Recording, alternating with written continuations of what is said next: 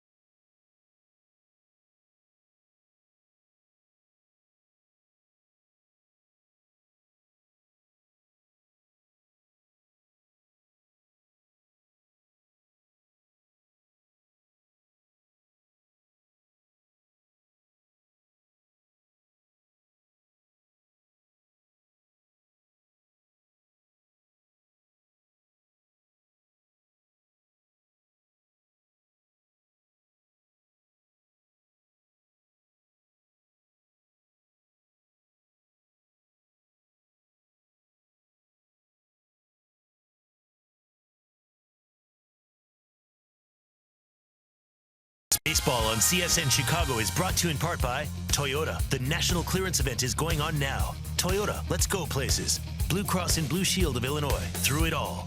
By Lexus, who encourages you to experience amazing. And by Miller Lite, the original light beer. Miller Lite, hold true. Beautiful night for the debut of Lucas Giolito on the mound for the Chicago White Sox. He made 24 starts with AAA Charlotte, and his first one here in White Sox duds comes against the Minnesota Twins. And here's the lineup for the birthday boy. Happy birthday, Paul Molitor. His lineup shows Dozier at the top, then Mauer and Polanco. Kepler's still out after battling flu-like symptoms yesterday, a little nauseous. Rosario, Buxton, Escobar, Vargas, Castro, Adrianza batting ninth. Let's take a look at the defense and how they're going to line up behind Lucas Giolito. It's Liuri, Adam, and Avisail in the outfield with Sanchez, Anderson, Moncada, and Abreu in the infield. Omar Narvaez gets a nod behind the plate, and our Lexus Experience amazing starting pitcher is Lucas Giolito. Had 4 starts last year with the Nationals, appeared in 6 games overall. There you look at the AAA numbers. He was getting better and better as he moved along, had a tough start, but lately thrown the ball exceptionally well. He's got a good curveball, and even though he has made a major league start before, he's got to have some butterflies tonight as he's getting his first in a White Sox uniform. The umpires for the game tonight. TJ Rayburn has the plate. Chris Guccione at first. The crew chief, Greg Gibson, is at second, and Nick Lentz is at third. So on a gorgeous night for baseball, absolutely beautiful conditions, no clouds, 76 degrees at game time, low humidity, completely different than yesterday's doubleheader as far as temperature goes. And Lucas Giolito facing a very strong offense led by the guy you're looking at, Brian Dozier. So we're ready to play baseball, and that means I am ready to throw it over to the spunky, Jason Benetti. Steve, thank you very much. Look forward to this debut. Lucas Giolito, who made 6 appearances with Washington last year, but sports a Sox uniform for the first time, has strike 1 at 7:10, and we are underway from Guaranteed Rate Field. 23-year-old right-hander out of the state of California, Lucas Giolito, to Brian Dozier, who's on a 6-game hit streak as he stands in. Very important for Lucas to be able to establish secondary pitches very early in the count. He should be able to get his fastball over the plate. The secondary pitches are what's going to tell this performance. There's that breaking ball, which is certainly a plus pitch for Giolito. Yeah, it's a terrific curveball. It's not exactly 12-6, which is straight top to bottom. It's more like, a little maybe high 3/4, but it breaks sharply and very effective.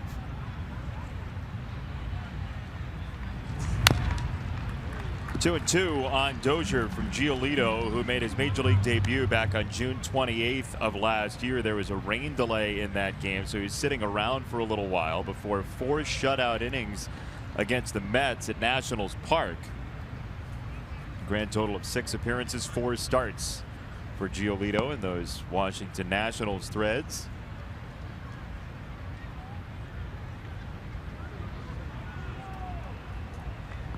Two and two on Dozier, who's 5 for 9 in the series so far after a 3-hit night in the nightcap yesterday. High into the blue sky from Dozier. Abreu into foul ground, and he's out of room. A couple of rows back, that one affected a bit by the wind. The wind will be a factor. The question will be, will it, as it normally does, will it hit the stands and then swirl out toward right center field? We don't know exactly. You see the way the flags are blowing, that's blowing toward the right field corner.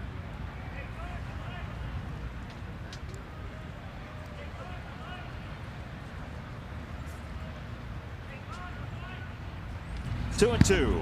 Hits him right in the side. Dozier is on at first. Take a look at the bio on Lucas Giolito. Again, just 23 years old. He's had Tommy John surgery already. Missed almost an entire season knowing that that was coming, even when he was drafted 16th overall by the Nationals. Then he came over in that trade with Washington back in December. very good chance, because a lot of people knew, certainly the Nationals knew, he was going to have surgery on his arm. He probably would have been drafted higher because he came over with lots of publicity. Yes, I know we share the same birthday. He offered you a birthday greeting as well. We just had so many that day, we never got it in. First pitch, strike one to Joe Mauer in game number 1696 for the Minnesota Twins. Contrast that with Giolito in his first game for the White Sox.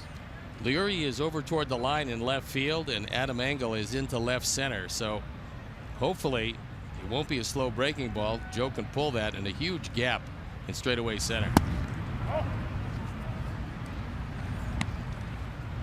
1-1 to Mauer, and we had Dan Hayes on yesterday, and he mentioned that Giolito, about halfway through the year, started to really simplify his delivery and try to get the extraneous things out of his mind. He said he was out there thinking much more than pitching, and his second half of the season has certainly been an improvement. Dozier runs, Moncada flags it down and saves a base hit. Mauer is out, Dozier to second with one away.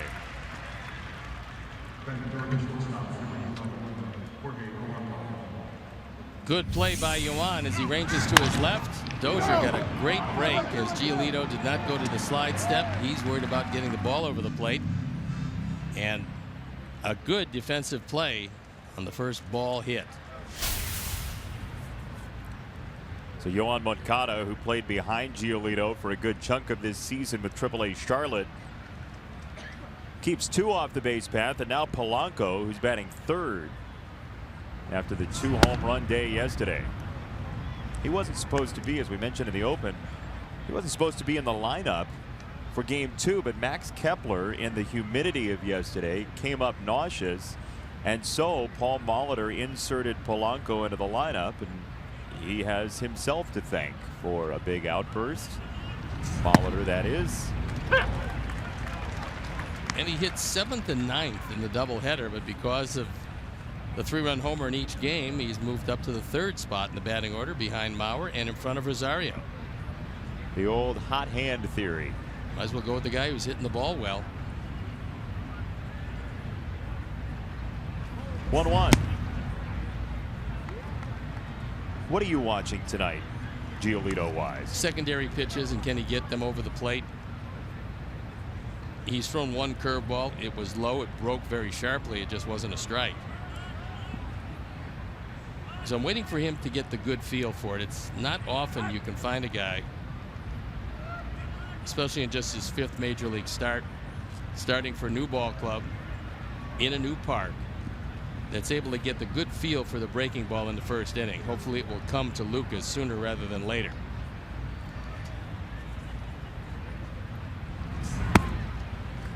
Polanco takes low on a fastball.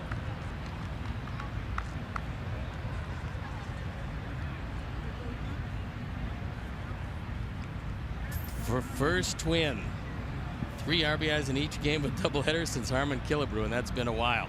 And he figures to get a fastball here. 3-1, Dozier at second. It is a fastball. Polanco in the air to left field. Garcia's underneath to make the play for out number 2.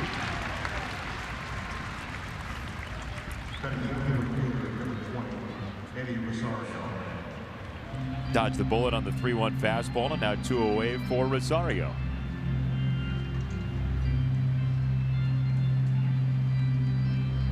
Rosario's having a banner year. When you look at his numbers compared to those of recent vintage, you'll see a guy that is just starting to come into his power. 17 home runs this year for Rosario, who just had an 11-game hit streak broken up yesterday. He had 23 homers coming into this season in a grand total of 214 games, and now 17 already this year in roughly half the games. You're going to look around baseball and not be too surprised to find a lot of guys having their best year in the power department this year. I mean, guys who have never hit double digits in home runs are hitting over 20 this year. And there's a lot of folks who say, well, the ball is exactly the same as it's been. Cut some land for you. Arizona. You might have a bridge to sell us. A 3-hole golf course with the largest sand trap in the world. Remind me never to do business with you during a game. 2-0 from Giolito. He went around 2-1. Well, Giolito in Charlotte back in May. This may have been the turning point of the season. He certainly felt like it. He was trying to get more consistent. He threw a 7-inning no-hitter in Charlotte back in late May, and it kind of made him feel like everything he was working on came together in that start. Ball's tagged to right field. Garcia is there for out number 3. Couple of fly balls that were chancy, but nothing across. One left on. Giolito unscathed. Kyle Gibson coming out.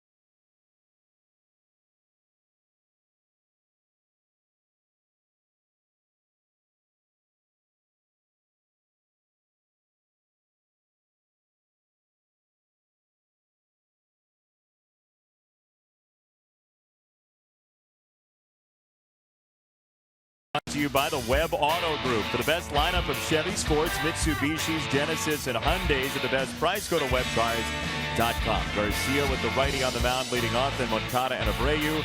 Delmonico is having a marvelous start to his career, followed by Garcia, the twin killer, Sanchez, Anderson, Narvaez, and Engel. Let's take a look at the defense and how they're going to line up behind Kyle Gibson, Adrianza, Buxton, and Rosario in the outfield, with Escobar, Polanco, Dozier, and Maurer in the infield. Jason Castro gets a nod behind the plate. And our Lexus Experience amazing starting pitcher is Kyle Gibson. For his 22nd start, he's 6-10, his ERA up over 6. He's got a really good sinker if he decides to use it, but opponents hitting .308, that's a very high number, as is 18 home runs for a sinker baller.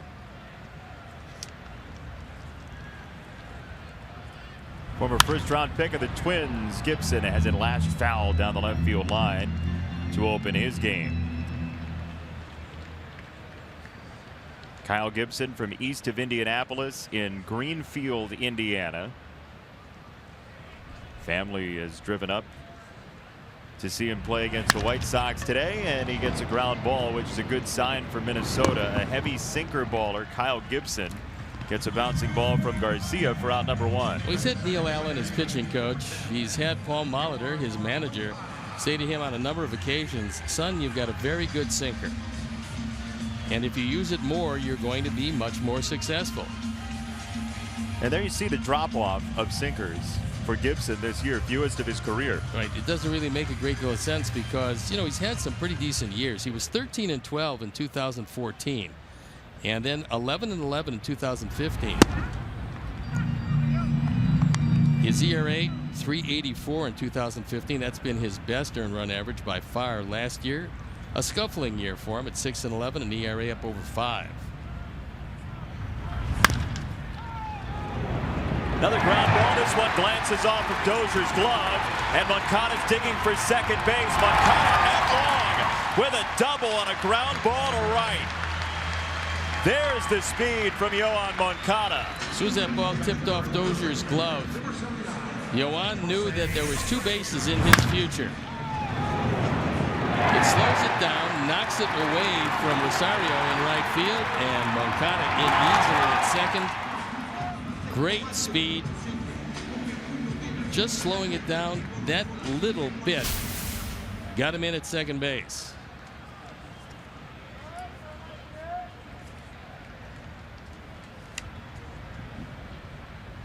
Extra base hit number 8 for Yoan Moncada in a White Sox jersey. And now Abreu, who was the first White Sox player to have 25 home runs in his first 4 seasons.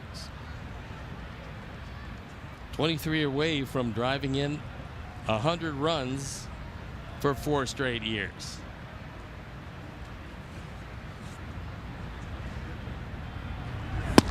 He would be the 3rd player all time to start his career with 25 and 100 in 4 straight seasons. The other 2 are Albert Pujols and Joe DiMaggio. Elite company, to say the least.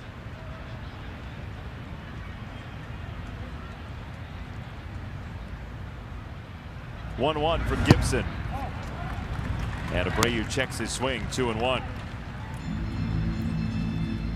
Kyle Gibson pretty much is going to give up a run. He's not had a start this year that has been shutout ball for Minnesota. Well, you look at that ERA up over 6, and you just have to shake your head because the stuff is a lot better than a 6-point ERA would indicate. And mostly it's pitch selection. There he goes downstairs to get a swing and a miss, 2-2. He's got the kind of fastball because of the fact that he throws sinkers. He's kind of fastball where if it's down, he gets movement. If it gets above thigh high, it flattens out. That's the real problem with the sinker baller, is that when you get the ball above thigh high, all those sinkers that are ground balls turn into line drives and fly balls. Normally, that's a recipe for defeat.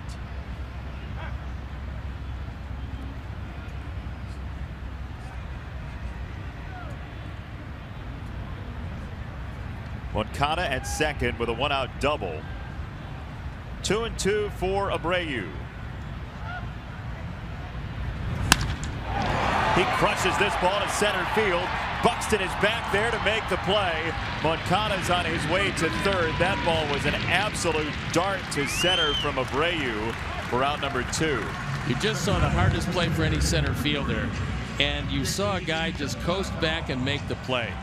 Buxton is just about as good as anybody. Jose crushes this ball, and it's right over the head of Buxton. He just drifts with it and catches the ball perfectly in stride. Knowing the speed of Moncada, he knew he had to get rid of the ball quickly. Yoan is thinking about scoring. He tagged up and he got to third in a hurry, but Buxton plants the foot, gets it back in, and makes sure that if he has delusions of 2 bases, he was taking home plate out of the equation. With the trajectory of that ball as Moncada's coming home, and he is there! Moncada! 90 feet in a hurry, and it's 1-0 Sox. That's a very difficult play for a base runner for the simple reason that once you get your secondary lead, what you can't really tell is how far the ball is going to get away from, in this case, Castro. But if you don't start out quickly, you might as well just stay at third base. And Moncada, watch how quickly he goes. He doesn't care how far it gets away. All he knows is you got a catcher trying to block it, so his momentum is going forward to block it. Then he has to redirect himself, and they have no chance to get him at the plate.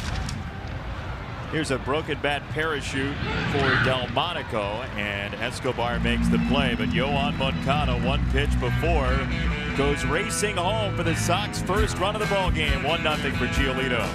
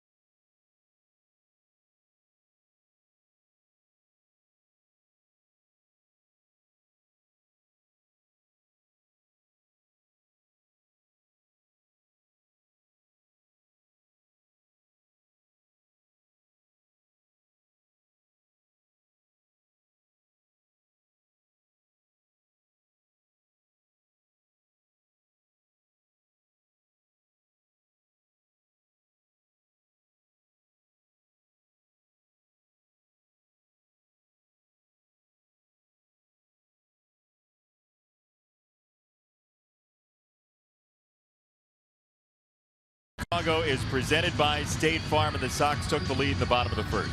Let's take a look how they took the lead, and you'll see something you can't teach. Watch Moncada. Watch how quickly he takes off. This ball just barely got by Castro, and Yuan is off to the races. That's instinct. You either have it or you don't. It's not anything you can teach. It's something that aggressive base runners have, base stealers have. You have to have that great instinct, and he was trusting that instinct, and that ball rolled far enough away. But he might have been, and I'm not sure there's another player on this team, despite the fact that there's some fast guys down there wearing the White Sox uniform tonight. I'm not sure if anybody scores on that except for Moncada. Combination of speed and instinct. As Buxton grounds this to third, Sanchez snares it for out number 1. Yeah, that's what it is you can have all the speed in the world. If you don't have the great base running instinct, you're still going to run the bases well, except you're not going to take advantage of a short, wild pitch like that was. That ball just barely went out of the dirt circle, and he's still able to score easily. Trying to work out the kinks over at second base. One down for Escobar. You look at the numbers for this Twins team facing Giolito, and everybody's on a hit streak. Everybody is on a hit streak. Escobar is 6 of his last 7. Rosario was plus 11. Buxton was on a 12-game hit streak when that at bat started. There's a breaking ball grounded through, and Escobar with a single on Giolito's curveball. The 2017 Chicago White Sox are presented by Guaranteed Rate. Buying a new home has never been faster or easier with the world's best digital mortgage. Go to rate.com now. The break that the Sox got in this series was just before the series started. Miguel Sano went on the disabled list, and he's had some leg issues. 28 home runs, 77 driven in for the big man who hits in the middle of this lineup, and he makes everybody else better around him, so his absence hurts this team. The hope for the Twins is that they can get him back sometime early next week, which would put his return roughly around when the Sox go to Minnesota at the beginning of next week. Yeah, it's going to be Tuesday, Wednesday, Thursday playing the Twins again, so it's 8 games. That one gets away. A one-hopper pass to Abreu, and Escobar is into second base with 1 down.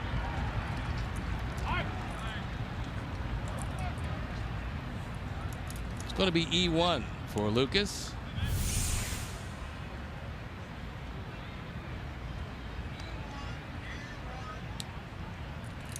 Now it's official that Bob Rosenberg has announced it, so it is indeed E1.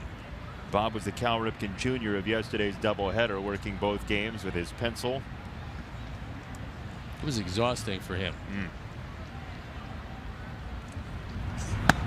Vargas takes upstairs 2 balls and no strikes. Vargas has been on a revolving shuttle to AAA, back to the majors, back to AAA, back to the majors, and here he is once again. Big power from the left side from this guy.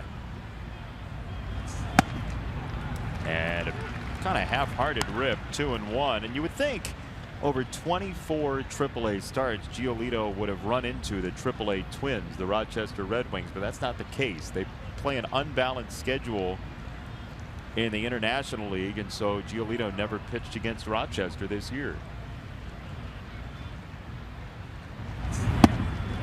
In fact, in the same league last year with Washington, he never faced the AAA Twins either.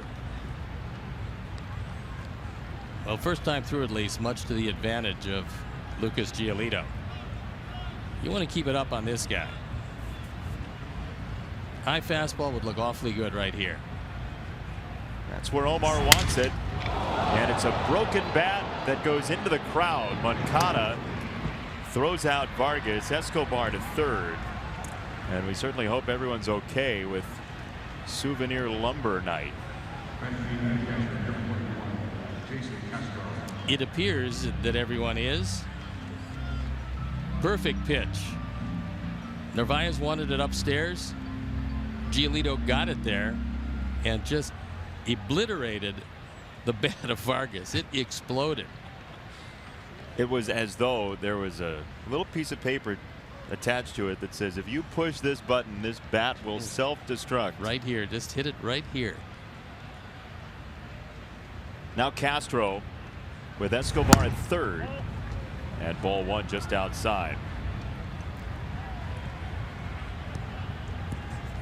Jason Castro had a great game in the win yesterday for Minnesota. He was 2 for 3, 3 runs scored, a home run, and a late walk.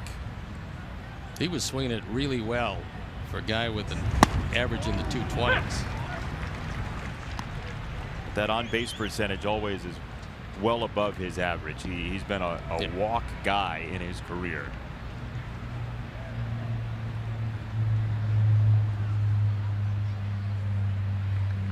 Escobar at third, 1-1.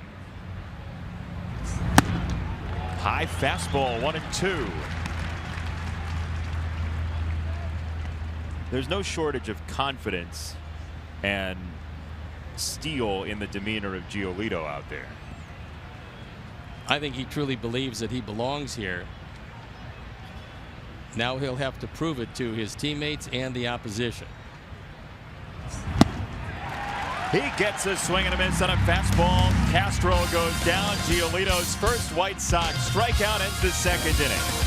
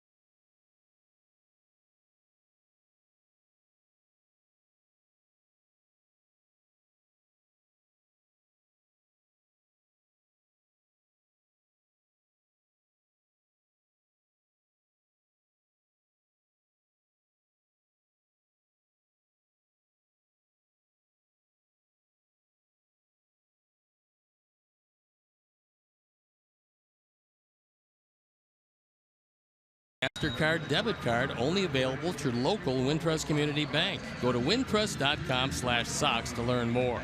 Wintrust Community Bank, member FDIC. And we'd like to welcome all our viewers watching on Central Scott Telephone's CSTV service in Eldridge, Iowa. You ever meet him, Central Scott? He's a moderate. He was a delightful man. Central Scott was okay.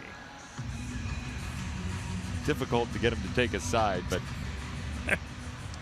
genial nonetheless. Garcia, Sanchez, and Anderson coming up for the Sox here in the second inning. Thanks for joining us this lovely evening, with the Sox leading after a Yoan Moncada double in the first. He came around on a wild pitch, and this ground ball gets through.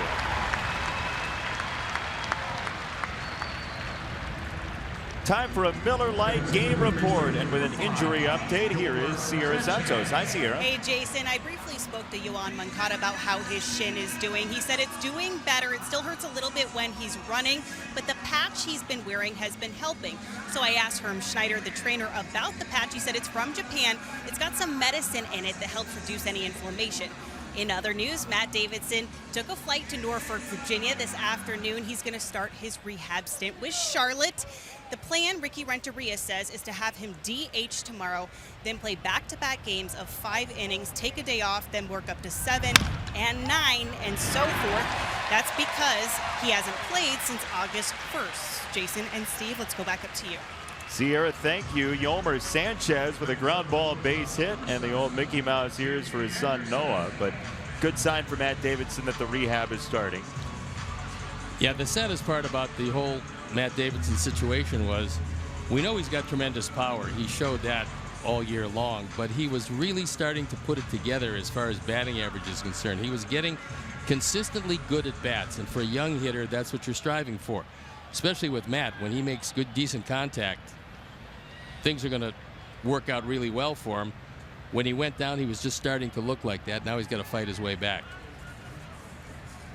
Couple of ground balls, couple of hits for the Sox, and Tim Anderson lays down a bunt third base side, and that's an out.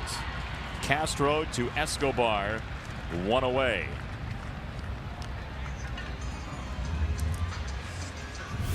The idea wasn't bad. The execution was not good. Right out in front of home plate, easy play to make, and wisely Castro doesn't let it spin foul. That ball was going into foul territory if he lets it go. And Escobar thinking about two, but Anderson runs too well, so wisely just held it. 3 pitches, 3 balls in play for the Sox here in the second inning. Kyle Gibson could go 15 today. Likely not. We'll see if he decides to go with the sinker, which would be good for him, not so great for our hitters, or secondary pitches, which will be pretty good for our hitters and not so good for him. First pitch taken of the inning is by Narvaez, who's been on base now 10 straight games, including his walk and the game he played in the doubleheader yesterday.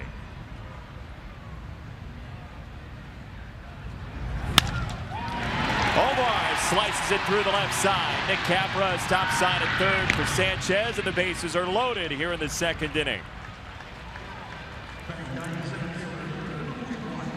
Omar's done a really nice job in this, his first year. He sprays the ball all over, does not have a whole lot of power, but does make contact. And with a good eye, he loads him up. Second ball shot through the left side this inning. And wisely, Nick Capra says to Yolmer, stay right there. We got a guy with a pretty good arm in left field, and he got to the ball quickly. Suddenly 3 hits in the inning. And Adam Engel takes strike 1. Adam with the home run yesterday. It wasn't a cheapie. It was his last at bat in the second game, and he was leading off the 9th inning and crushed it. Didn't amount to anything as far as the score because it was a blowout, but good piece of hitting by Engel.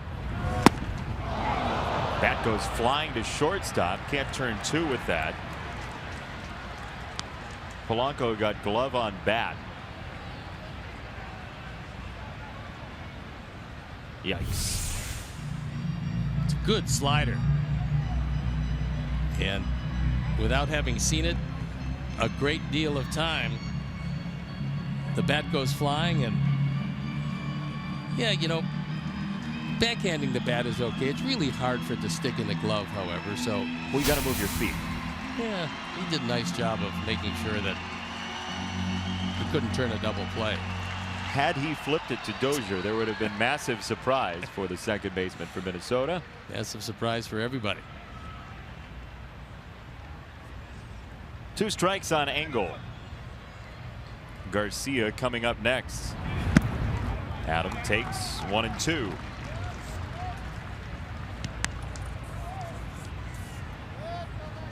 Sox trying to add on for Giolito. Gibson has 3 wild pitches this year, and if he's trying to wipe him out with a slider, you might see the 4th. That's why Yolmer's got to come down the line with a good secondary lead. Checked his swing, and Engel is out. First strikeout for Gibson comes at an important time for him. As we take a look at our picks to click here in the second inning, it's been fast and furious offense so far. Oh, Steve's only 1 behind the crew, which goes with Avi. Sanchez, by the way, notably is 1 for 1 in this game. Just saying. You can vote online at whitesox.com/pick-to-click. I'm not sure if you're aware of the little known rule where the hits count for much more the later in the game you get them. So early hits are nice, certainly, and I would certainly respect your pick, but the hits later in the game really carry a lot more weight. That didn't sound like respect, though you said the word. This one goes to second. Dozier handles a high hop, and there is out number 3. Gibson pitches over, the bases loaded jam, and it's 1-0 at the end of 2 for Giolito.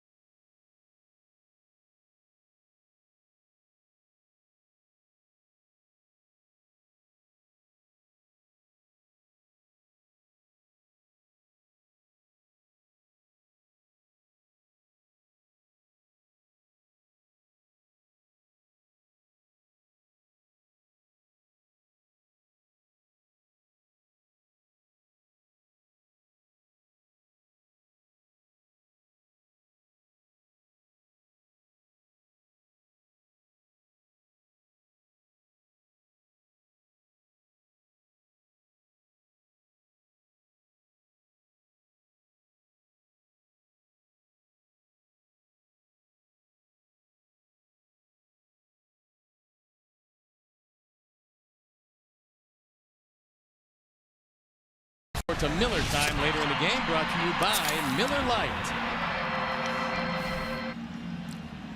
We'll see what the Miller moment ends up being in this game. For now, Lucas Giolito has a 1-0 lead in his White Sox debut. Just 23 years old, former Washington Nationals prospect who is one of the rare cases that was drafted still very high, considering the knowledge of the very strong likelihood that he was going to have Tommy John surgery. And of course that did come to pass. Like so many guys, he got it out of the way very early, and the arm is held up pretty well.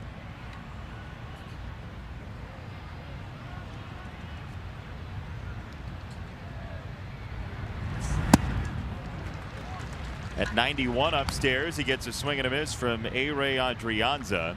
0-2. Try to get a fastball in on his hands here. Well, it was near the hands. He got it in, and that's not bad. If you want to go inside, make sure you get it in. If you get it too far in, the hitter will get out of the way, but you don't want it drifting back out over the plate. And Lucas didn't have it drift. Spike to breaking ball, 2-2. He's thrown 2 of those, has not thrown a strike yet. And hopefully as he moves along, he will be able to get that in his zone. At 6'6", he's 255. He did a wise thing, and probably something that he might have done earlier, but sometimes it comes to pitchers a little later. At 6'6", you do have a lot of moving parts, as he had in his delivery, and the easiest way to repeat that delivery and to assure your control is to make it as simple as you possibly can, which is what he's trying to do. Well, he's certainly a smart guy. We know that about Giolito. No doubt about that. Well, that's because he's a Cancer. He was born, I don't know if you had it up, was born on a wonderful day. Yeah, July 14th, and it's known for producing wonderful young men. At least wonderful young men, okay. Sometimes more. Aim too low. It's up and out, 3 balls and 2 strikes. I was going to claim that the reason was he's from a family that has a Hollywood background. He used to go on acting auditions with his mother. He would run lines with her before the auditions. So he's kind of been an actor in training. for his life, as there's a swing and a miss for Adrianza, and one away here in the third. At 6'6", he gets maximum leverage out of that high fastball. He throws straight over the top.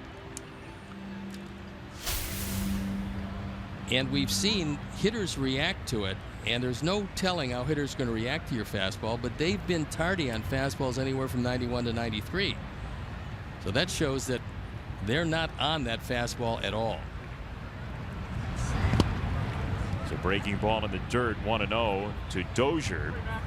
So Giolito's mom is an actor, was on Frasier and Lost, among other TV shows, The Ring, the movie. His father Rick was on Who's the Boss, As the World Turns as well. His uncle Mark is the co-creator of the TV show Twin Peaks. That was a really unusual but highly entertaining show, by the way. It's back now too, the new version. Right. Try Peaks. No, it's still Twin Peaks actually. Oh, it is? Yeah. Okay. Just, okay. 1-1 to third base. Short hop for Sanchez. Nice pick by Yolmer. And there's out number 2. Lucas Giolito went to Harvard Westlake High School out in California. And here's some of the notable alums. Candace Bergen from Murphy Brown. The Collins twins from the NBA. Jamie Lee Curtis. Ben Platt, who's on Broadway now in the new musical Dear Evan Hansen. Sally Ride, the first female astronaut in space. And Shirley Temple, all Harvard Westlake alumni. You've seen Dear Evan Hansen yet? I have not. You should check it out. In all of my spare time, I'll look into that. Okay, you have one of the off days. Get you to New York. But the point being, we were talking about it during spring training, that there's a high bar when you go to a school like that, and that's not an exhaustive list of the alumni of Giolito's high school either.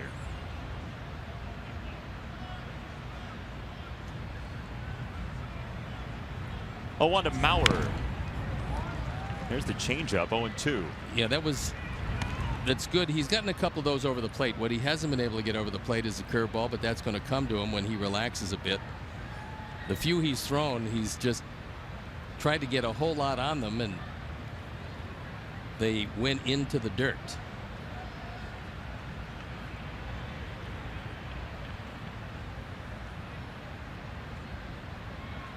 Two strikes from Giolito. A little bit high. Good spot for the high fastball, just a little out of the zone. Agree or disagree, the Twins have not looked comfortable at the plate tonight against Giolito? The first time through the lineup, certainly they have not looked good. Now we'll see the second time through. We'll see if they make an adjustment to him, because very much a pitcher's advantage when they haven't seen you yet. On the ground off a breaking ball, Moncada has out number 3. 5 in a row retired by Giolito. 1-0 Sox.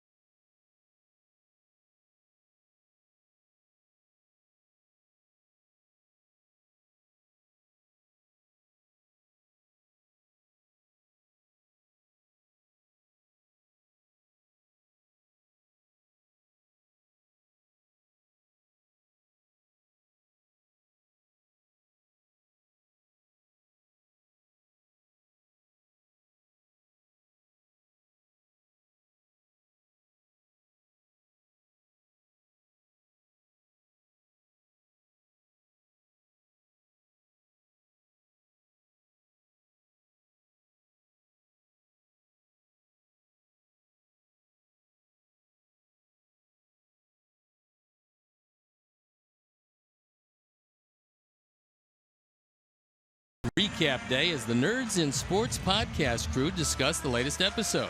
Subscribe today and hear from people in sports talk about almost everything.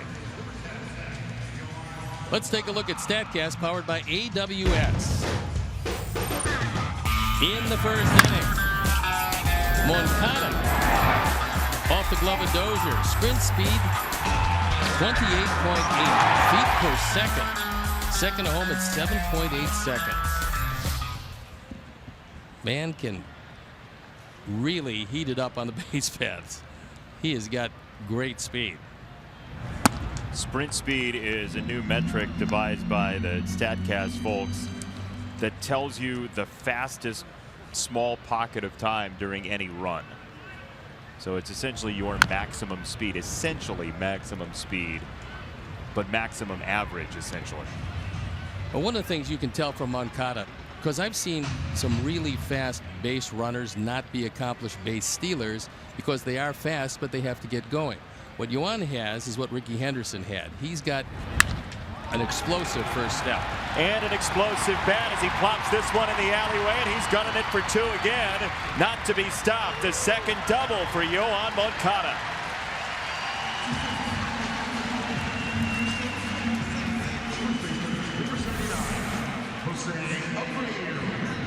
That's a changeup, and that's a pitch that's been giving him some trouble, but he was able to wait back. That's a really good sign because he's been swinging over the top of a lot of straight changes. That time, he kept his hands back, able to take it to left center field, which is what you should do on that pitch. And you're seeing again why everybody rated him the #1 prospect coming into this season, #1 prospect in the major leagues. Steve, I was just looking earlier. That's his first career hit against a changeup. Yeah, I mean, he's had so many problems with it that he'll be better.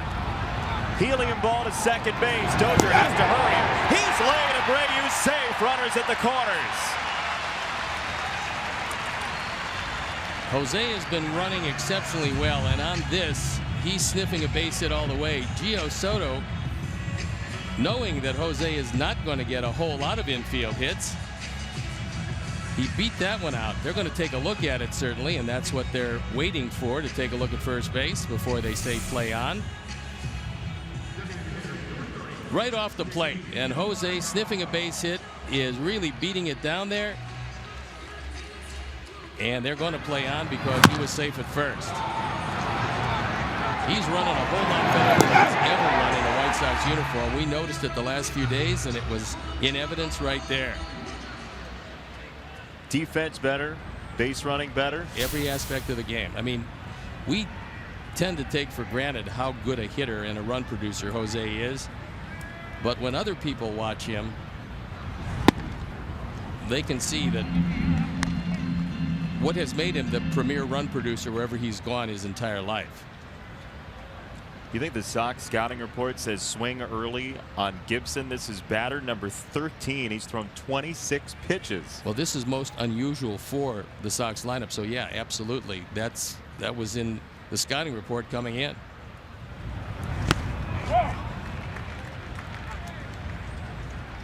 You know, what's really interesting is that these are known historically in baseball as the dog days of August. And the reason they're known for that is that it's usually very hot.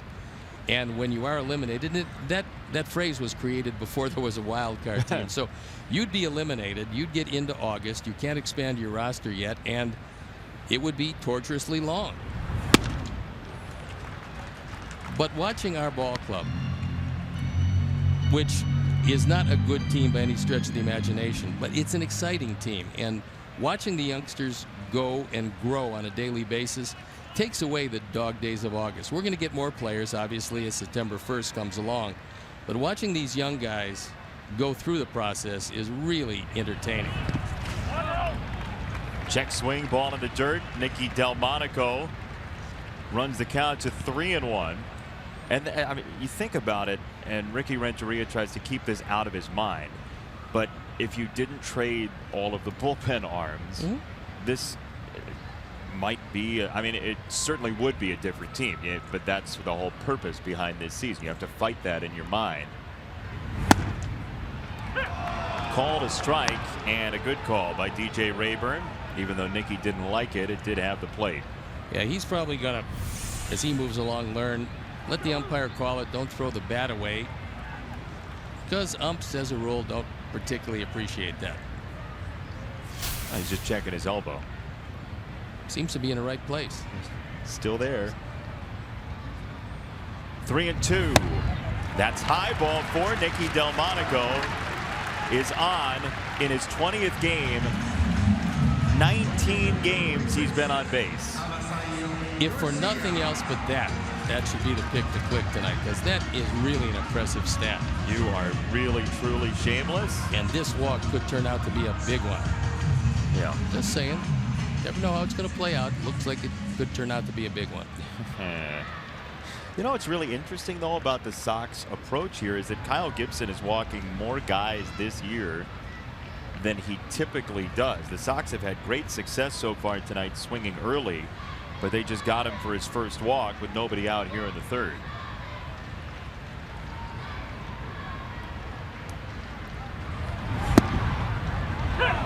Strike called to Garcia. The walks per 9 are over 4 this year for Kyle Gibson.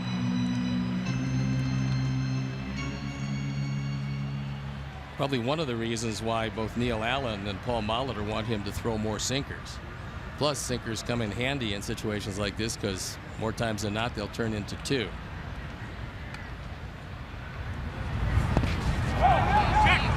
Check swing. Garcia did go on a breaking ball. 0-2.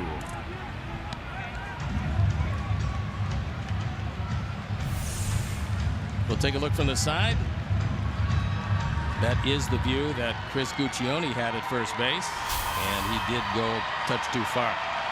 So secondary lead for Moncada, and we've already seen how quick he is coming home. He's got to watch for a breaking ball in the dirt. Normally a pretty good 0-2 pitch.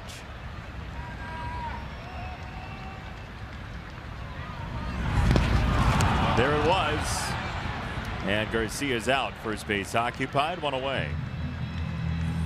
Castro did a pretty good job of making sure that ball didn't get away. And from Moncada's standpoint, he knows the ball's not behind him, and he doesn't know how far it's going to trickle up the line on the third base side. But he had to hold because Castro is coming right toward him. So good job of checking it up, and a good block by Jason Castro. That's why Castro's here in large part, because of his ability behind the plate. Then they want to buy some time and get a veteran catcher as much experience as possible. And that's certainly where they're headed with this group. Sanchez fouls it away, strike 1.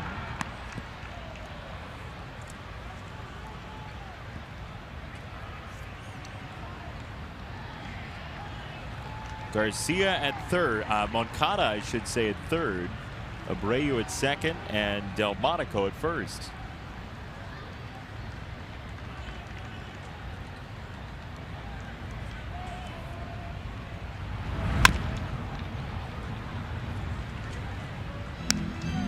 Yolmer looking at the top of his bat many times with that little cupped out area on top. When you hit the ball off the end, it's going to splinter your bat. That time it didn't for Yolmer, who now has to protect at 0-2.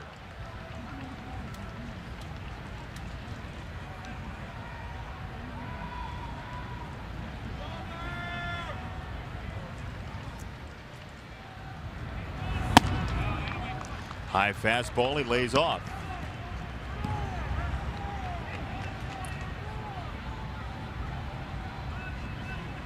Pretty good arms in the outfield all the way around for Minnesota, and some decent speed on the base paths for the Sox.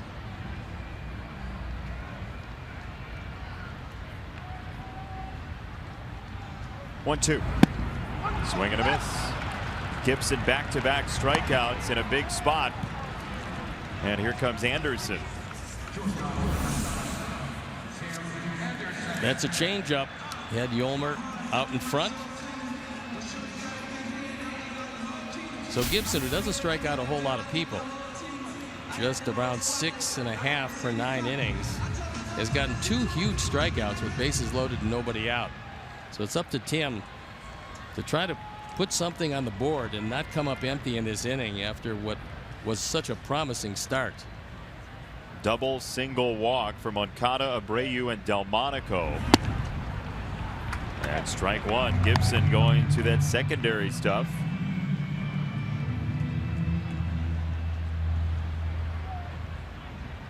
Former first-round pick out of the University of Missouri, Kyle Gibson.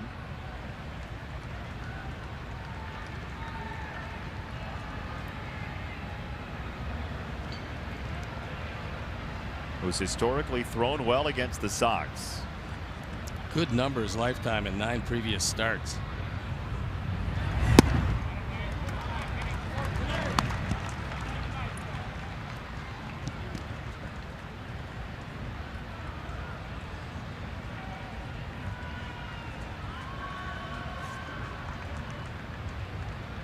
One ball, one strike.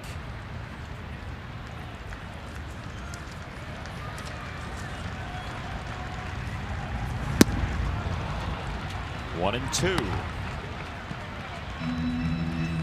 Two big pitchers going head to head, both of them 6'6".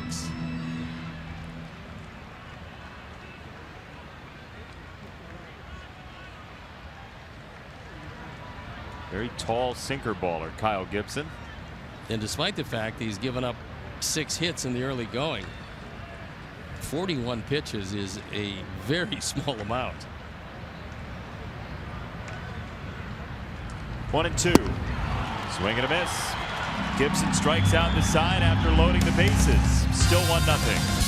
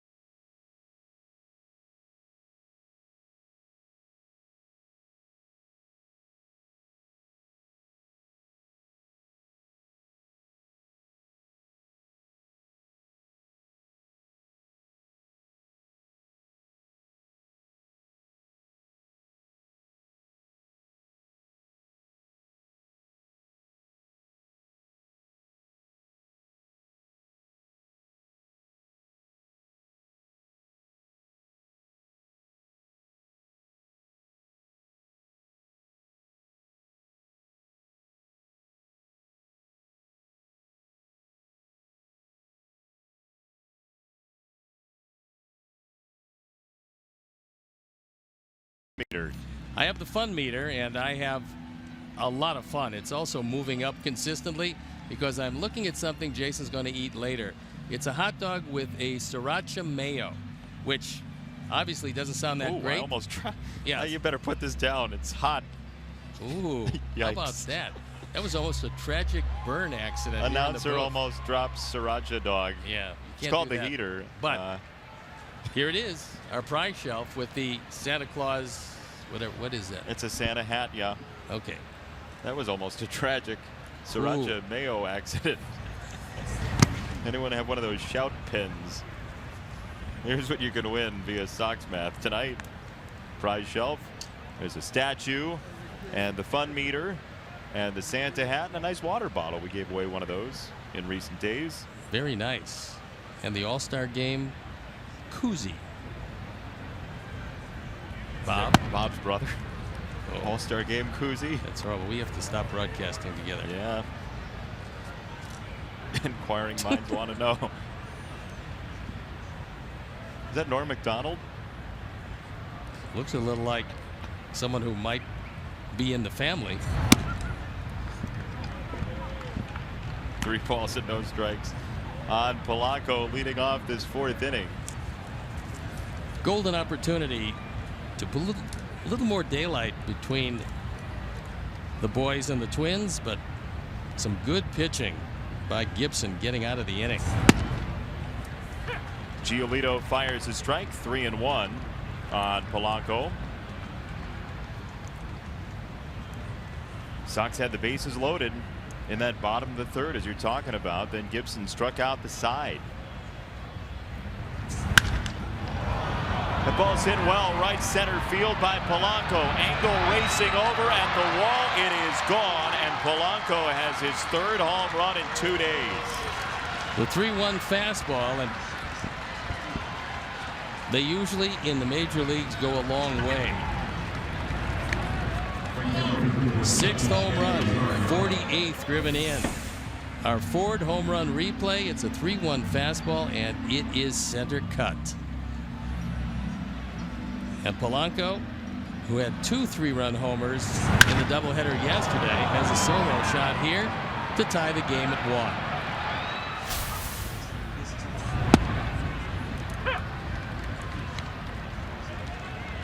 Jorge Polanco hit his last home run before yesterday on June 23rd. He has 3 in 2 days. So with 3 home runs in his first 94 games and 3 home runs in a day and a half, things are going well for Mr. Polanco. The reason why he was moved up from the 7th spot to the 3rd spot. He inhabited the 7th and the 9th spot in the batting order in the doubleheader. And Paul Molitor, indeed, riding the hot hand. Why not? Yeah. 1-2 on Rosario. And another breaking ball that ends up on the beach. 2 balls, 2 strikes. Rosario's another one of those guys that, because he's a corner outfielder, everybody expected some big power, and until this year they didn't really see the power or the run production. But this year's been a different story for Rosario. Fouled away left side. 17 home runs, 27 doubles, and 2 triples. And you asked me about how he's looking. I told you wait till the 2nd time through. Now we'll see if Lucas is going to make an adjustment. Well, the fastball command's been pretty good today. Been very good. He's been able to pretty much throw it where he wants to, but normally at 92, 93, the 3-1 fastball in a fastball count is going to get hit hard. Second 3-ball count ended in a home run. And here, Abreu giving ground to make the play, and Giolito right on the spot for out number 1. Here's the Sox Math question for tonight. Hashtag Sox Math on Twitter. First correct answer wins a prize. Sanchez's runs batted in Game 1 yesterday multiplied by multi-homer games for Nicky Delmonico. Add the number of times the Sox scored in Game 1 yesterday, and then subtract the number of letters in the first name of the character who's found dead in the first episode of the TV series Lucas Giolito's uncle co-created. Have fun. You're not giving anything away this evening. And we have no winners tonight. Well, I think, you know, after there was a huge uproar because you didn't give away a prize in each game last night on the doubleheader. Is that what that protest was for? It was huge. There was a hue and a cry. I'm not sure which was louder, the hue or the cry, but most people were very disappointed. Was it a guy named Hugh that was crying? Yes. Large guy. Ooh. Some bitter folks getting shorted one prize off the shelf. Can't win them all, can you? In fact, you can't win any. In fact, 3-0 on Buxton. There will come a time when Buxton will consistently have the 3-0 green light. we'll see if this is one of those times. No, sir. Well, he may have, but that's not the pitch you're going to swing at. You wouldn't swing at that. Plus, I pretty much believe he's taken all the way because he is a base-stealing threat. And in a tie game, you put him on, he is going to steal.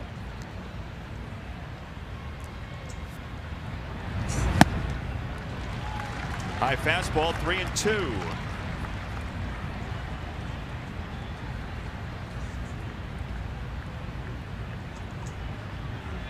All things considered tonight, Lucas looks very calm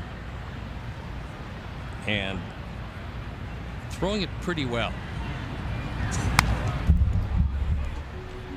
So Byron Buxton, we were talking yesterday, has changed his approach at the plate pretty drastically. Well, he really has, because his hands now are down. And the stride, too. And, well, the stride is almost non-existent. You see the front foot, it goes nowhere. It's not exactly like the great hitter Jeff Bagwell used.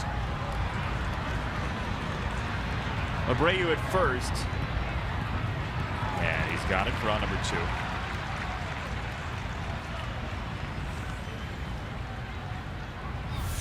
Well, let's take a look and watch the stride of Buxton. Watch the front foot. He just barely lifts it and then pretty much hits without a stride. Now, Jeff Bagwell, the Hall of Famer from Houston, actually took his front foot and moved it back. He's the only hitter I've ever seen to do that. And he did it obviously well enough to get to Cooperstown. Buxton is experimenting with a couple different approaches. And this latest one is probably the most successful he's had. Successful enough that at the beginning of that doubleheader, we saw him in the 3 spot in the order, which would have been unheard of even just a couple months ago. No, he was usually 9.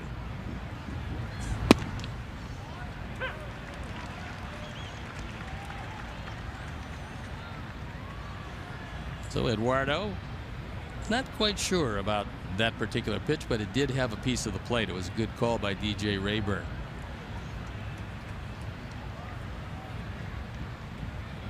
One is low. 2 balls and a strike on Escobar. Mentioned Lucas Giolito and his family's ties to Hollywood. His dad, his mom, his uncle.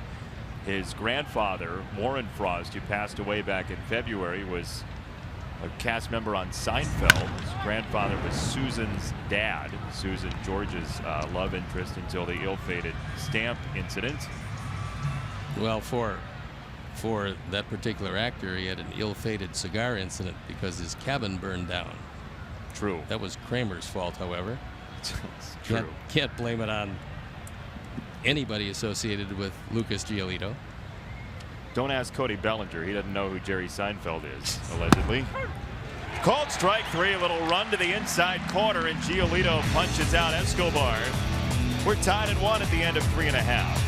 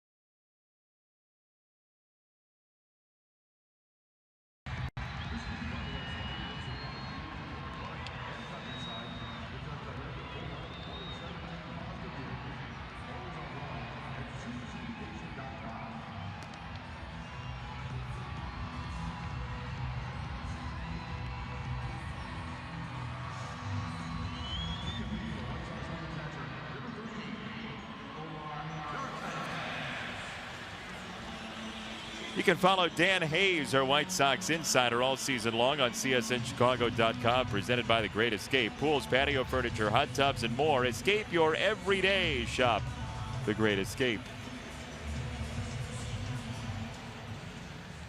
Narvaez, Engel, and Garcia coming up in a 1-1 score here in the fourth.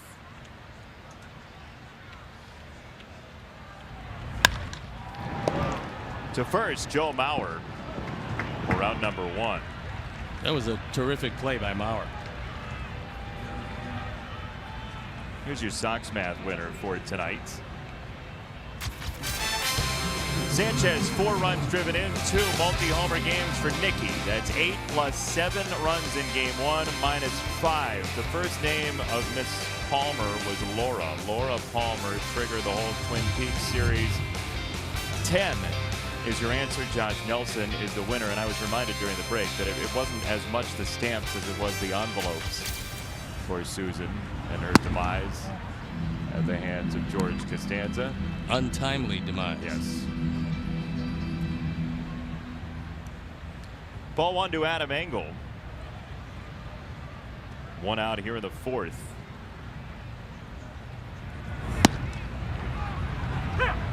There's a strike. 1-1. Sox and Twins playing game 3 of a 5-game series, and this an 8-game homestand in 7 days.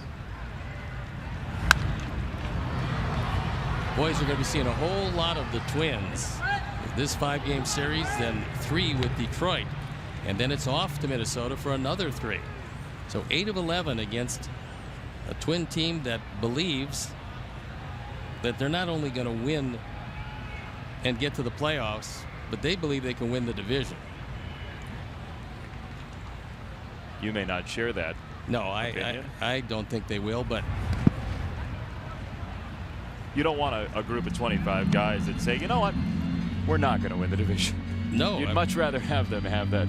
And they believe that. They've got enough offense, especially when Sano comes back. They've got enough offense to make it very uncomfortable for a lot of pitchers. And the question being, do they have enough pitching to get there? And the answer to that is going to determine if they get to postseason play. This was such an interesting team around the trade deadline because they trade for Jaime Garcia, and then 6 days later they offload him back, and they essentially spun him. As I say, not only that, but then they traded away their closer, which is something that teams that believe they're going to get there usually don't do. Engel hits it hard center field. Buxton back at the warning track, and he just glides into position for out number 2. You really have to hit it to somebody else, because if it stays in the park, Buxton is going to make the play. They've been waiting a long time for all of the tools of Byron Buxton to be able to be brought forth during each and every game, because he is the definition of a 5-tool player. He's got just about everything you would need to not only be successful, but to be a star. And it looks like he is getting better with each and every time we see him. He's doing something to improve his game.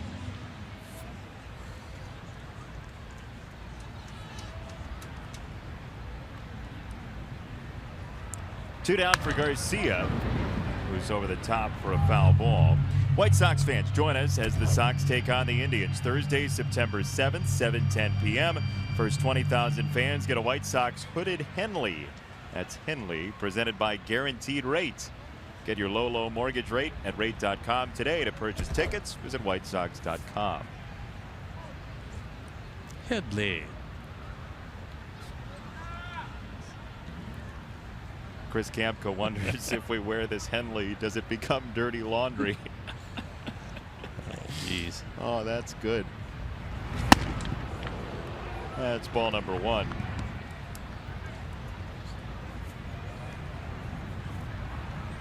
Chris's address is on 7 Bridges Road. That's where the swap meet's located, actually. 1-2 on Garcia. Kyle Gibson has pitched over some trouble, in and out of trouble, as they say. Yeah, last inning he made some great pitches to get through Sanchez, Anderson, Well, Garcia, Sanchez, and Anderson with 3 strikeouts with the bases loaded and nobody out. Spun him around. 2-2. When Gibson's going well, he's not living up in the zone. No, he can't, because the ball does flatten out for him, and that's where you give up the home runs. But when he keeps it down, he gets lots of movement. 2-2. Called strike 3 at the corner, and a 1-2-3 inning for Gibson. We're tied at 1.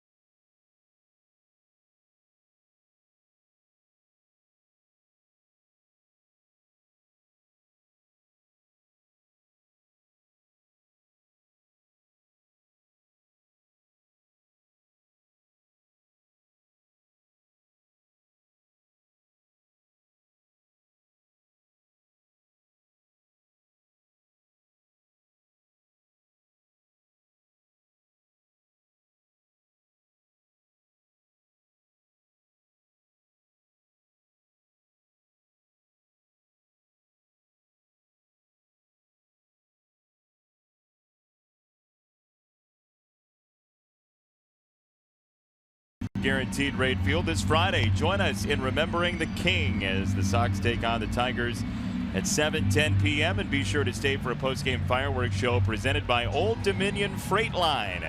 Visit whitesox.com to get your tickets today.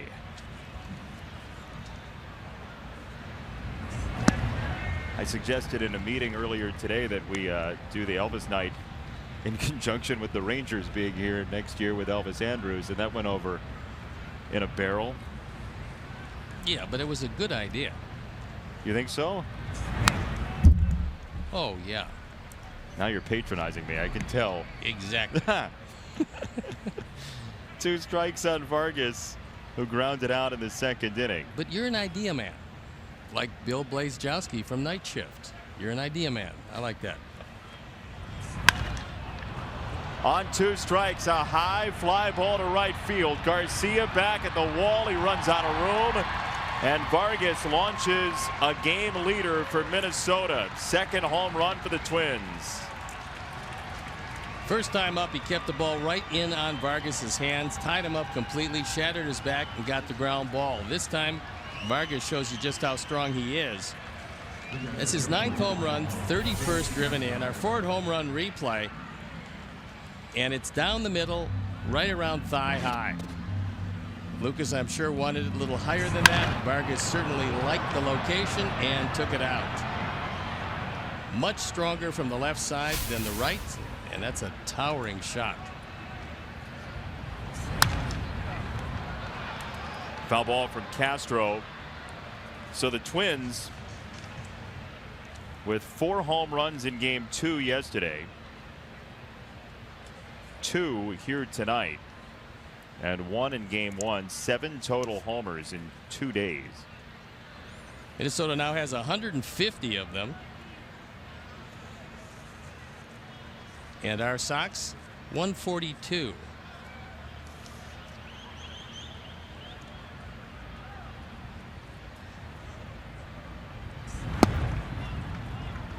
Ball and a strike on Castro. Giolito only 3 hits allowed, 1 hit batter, 3 strikeouts, 2 solo homers, and that's, along with a single, it.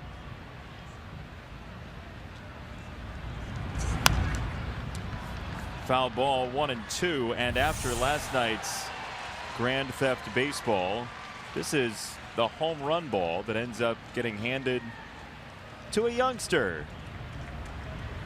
Sharing is caring. Happy days are here again. A lot of excitement in that family.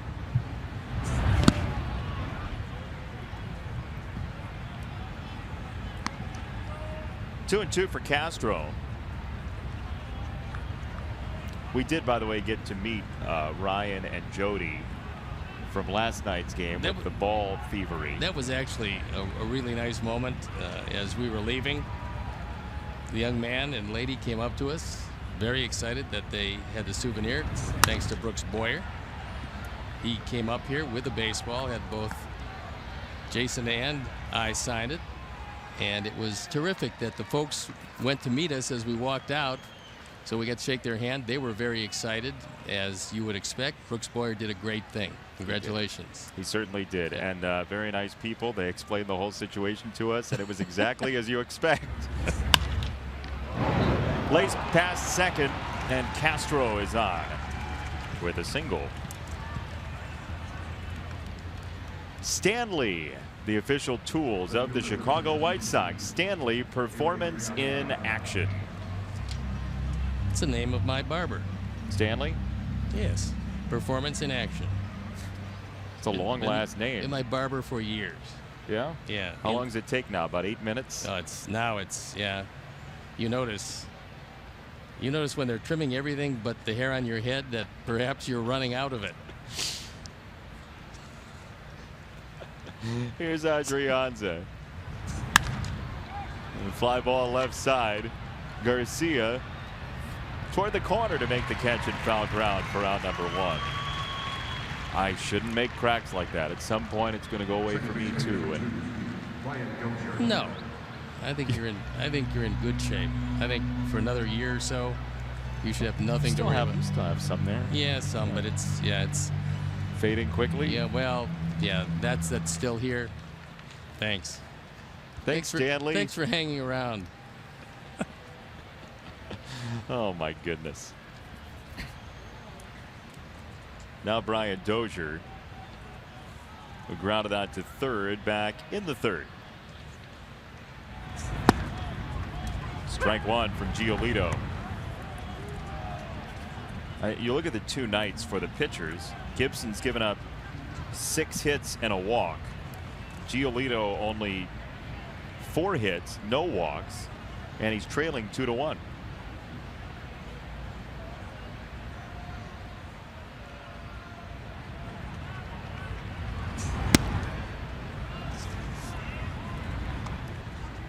That breaking ball had a little bit more horizontal movement to it than just the vertical. He's really had some difficulty harnessing the command of that curveball. Even with that, he's still throwing the ball very well. This is a very nice first start. The stuff has been good.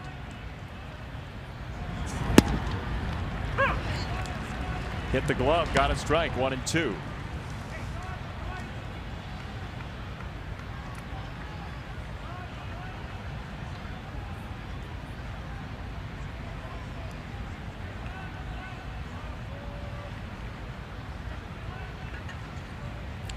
Castro at first, and a double play ball would be very nice. What was that? There it is. Anderson, Moncada, and Abreu, 6-4-3. Steve, I've been sitting around you for too long. I'm learning from the best. Nice job. A real easy 6-4-3 and out of the inning.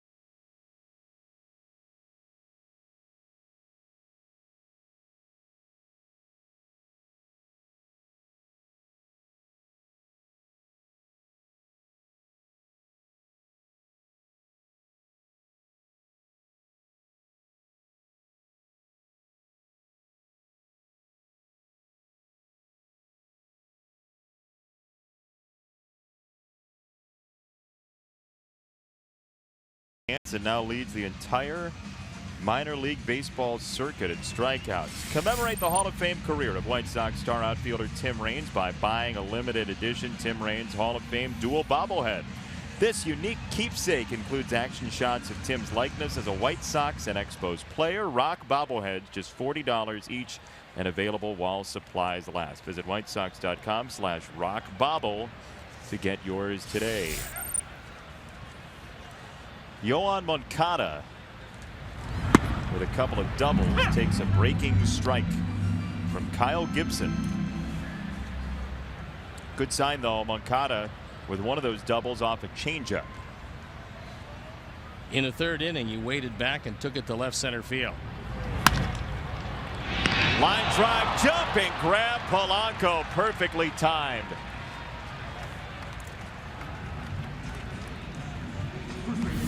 Unfortunately for Moncada, he hit it well. It's not quite high enough. But 3 at-bats and 3 good at-bats for Moncada as he got a fastball. Couldn't get it over Polanco's head.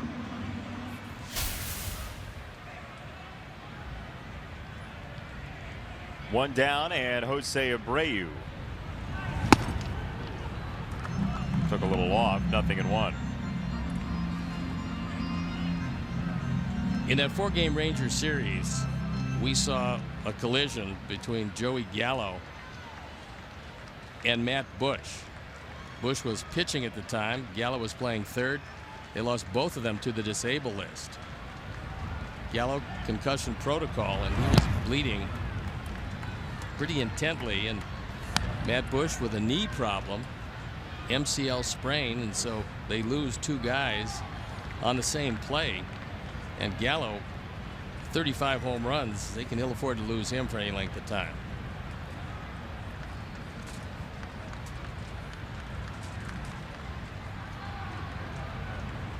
Texas still hanging around in the wild card discussion.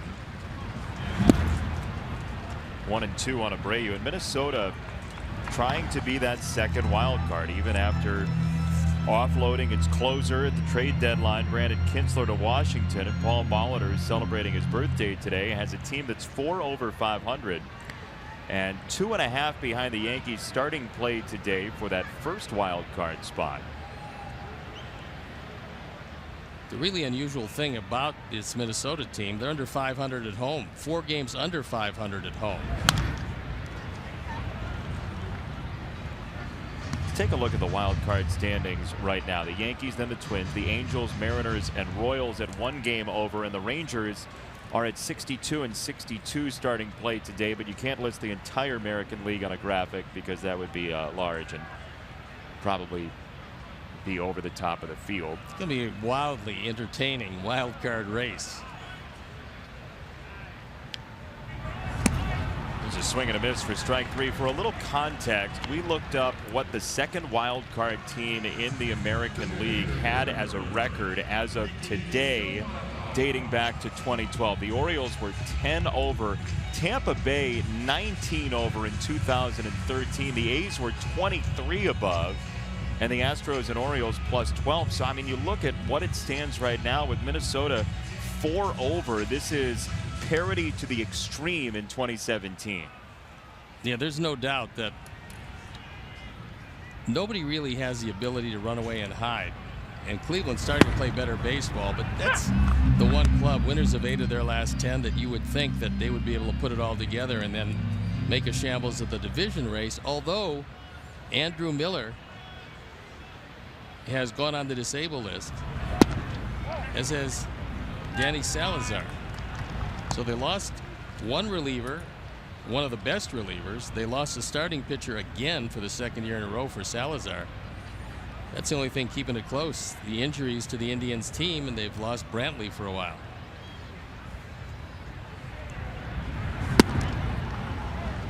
Miller with the knee injury, Salazar with an elbow problem. And Boston leading the Indians tonight 3-1 in the bottom of the 5th in Cleveland. And on this play, now with 2 strikes, Eduardo Escobar has gone from third base, where he was protecting against the bunt. Now he's moved pretty much straightaway second base, with Polanco the only man on the left side. So this is what's going to happen now. I'm surprised it didn't happen earlier. It took 3 bunt hits for a team to shift until there's 2 strikes. If you believe in the bunt, you still can, but the numbers don't say you should. Right, but that's, you see Escobar from third base where he goes to the first base side of second, leaving Polanco the only guy home on the left side. So with 2 strikes, not worried about the bunt. 2-2. That's low. 3 balls and 2 strikes. Nicky predominantly has not gotten himself out since he's been up here in the majors. No, he's perfectly willing to take his walks, which for a young hitter is pretty impressive. He's walked 12 times this year in now 20 games. Delmonico in the air, center field. Buxton underneath, and that's 9 in a row since the bases were loaded with nobody out in the 3rd inning. Kyle Gibson cruising.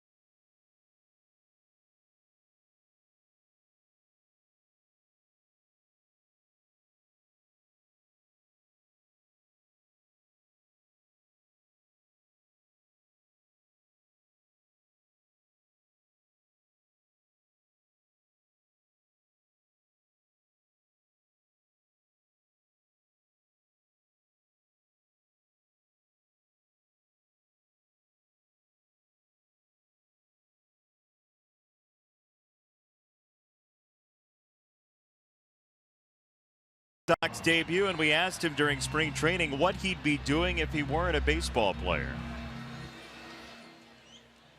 A heavy interest of mine is video games, kind of the electronic media world. That's what my dad did for many, many years. He worked electronic arts. He started his own company a few years ago. He's done all sorts of work, video games, computer games. So I probably want to follow in his footsteps to a certain extent, maybe be a producer or even a designer. Big Rocket League fan. You saw the Rocket League championships here on CSN, but Lucas Giolito is a smart cat out of Harvard Westlake in California, and he is trailing 2-1, but has pitched pretty well. He's doing a nice job. No walks is really impressive through the 5 innings with just 4 hits, a couple of runs, both courtesy of solo homers. All things considered, for his first start, he's done a very nice job. You like the demeanor, don't you? Yeah, I think he appears to have a pretty good pitching acumen. I think he knows what to do, and I think the next time we see him, the next few times, he'll be able to get that curveball over the plate a little bit more, because it's a good one. And what he's doing now is he's using that straight change a little bit more, and that's been pretty good tonight. For a guy who a good deal of his prospect ranking came from the curveball, to not have that in your first start in a space and still pitch pretty well is impressive. It is that, and he's changed speeds on the fastball, not drastically, but enough. And now we'll see the breaking ball. Let's see if he can get it there. 1-2. He Buried it again. 2 balls, 2 strikes.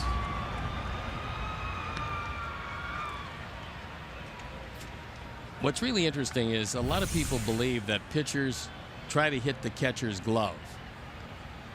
And wherever he hangs the sign, that's what the pitcher is looking at. But you can't do that with a curveball.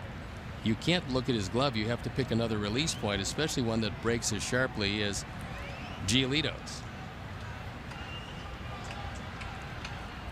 2-2. So the whole object is to pick one spot, and it's a little bit easier on a right-hand hitter. If the breaking ball is a sharp breaking ball, if it's a big breaking ball, usually you pick a spot behind the left shoulder on a right-hand hitter if you're a right-hand pitcher. You look at that spot, throw the ball there, and if it stays in the air, it's going to be a strike, using that as the release point. But the catcher's glove becomes irrelevant on the curveball.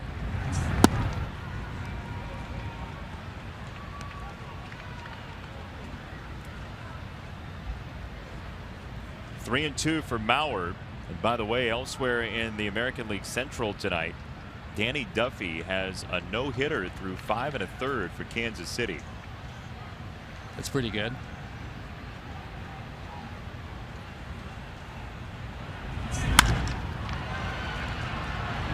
Good thing there are scouting reports that Garcia never saw it.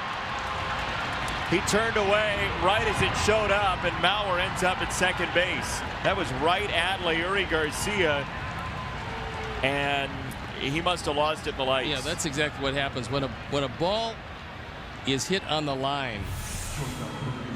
A guy's going to watch it, and all of a sudden he's going to lose sight of it. Right here, Leury can't see it, so he put up the glove and then turned his back.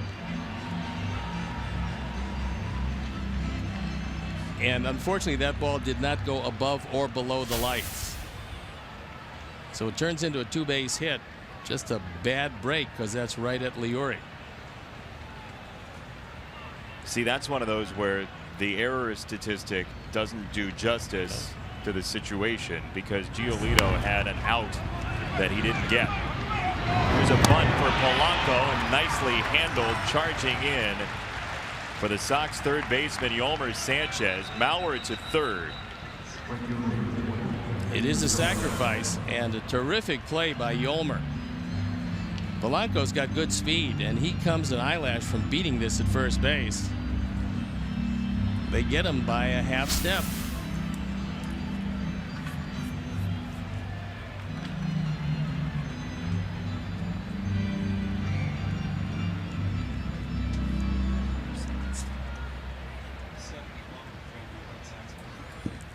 Aaron Bummer starts to loosen in the pen as Rosario, who's 0 for 2 tonight, steps in.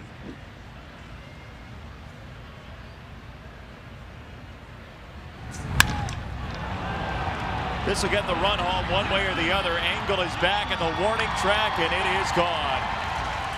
Rosario, a 2-run homer, and the Twins make it a 4-1 lead. 18th home run. Rosario is now driven in 53. So we talked about the last time he was up, the drastic increase in power. He got a fastball outer third. Our Ford home run replay, he takes it out opposite field. And all 4 runs courtesy of home runs.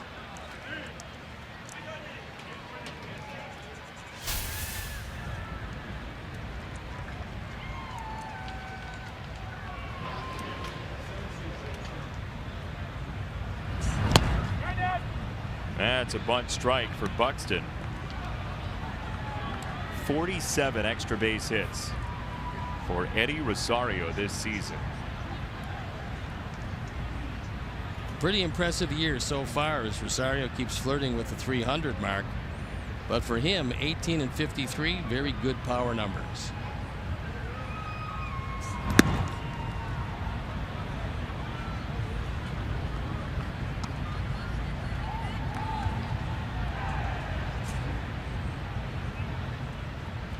The left-hander Aaron Bummer, only lefty in the Sox pen for days when Derek Holland's not available on a throw day.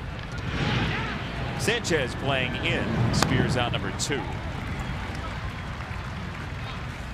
Buxton 0 for 3.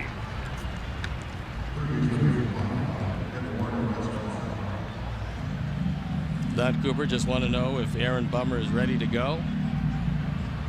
And you would assume that he would be if called upon, because he's pretty much just standing there throwing the occasional pitch. Once a reliever is ready, you kind of back off and wait to see what the situation dictates.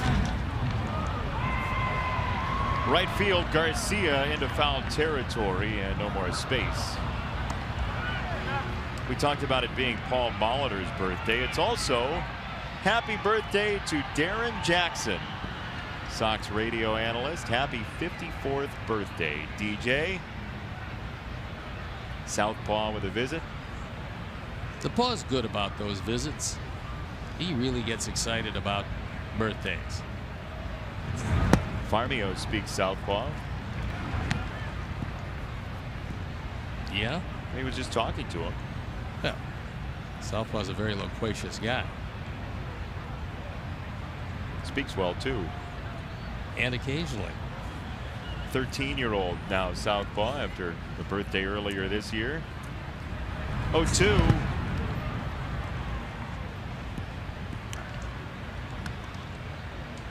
Selfie. DJ and Southpaw. I didn't know DJ was a selfie guy. Both very photogenic. The Paw is having a wonderful time tonight. How'd that Southpaw toothbrush work, by the way? You got a bunch of them for your birthday. I did, and I have given them out around the league to make a great deal of people happy. The Paw, as you can see, using that toothbrush well because he has no teeth, but does a nice job, I guess. Well, it's just in case of teeth. In case. Called strike 3. Giolito locks up Escobar for the second time tonight, but Minnesota taking a 4-1 lead.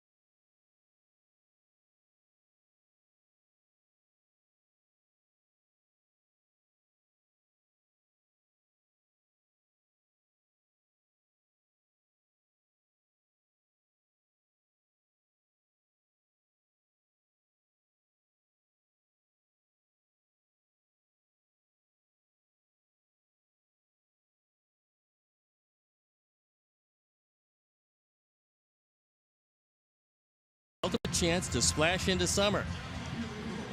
You can have your very own Yamaha Wave Runner, plus win a free entry to this September's Aquacross race on Lake Michigan. Enter for your chance to win at csnchicago.com/P1Chicago today. I should never be allowed to do those. You don't do Aquacross? No. Or P1s, whatever they are, I got no idea. Just, I'll read it. We have H1 in the Danny Duffy no-hitter. He's given up a hit, and it is a Nolan Arenado home run. It's not the first time he's done that. Avi Garcia leads off and lashes a ball foul for strike 1.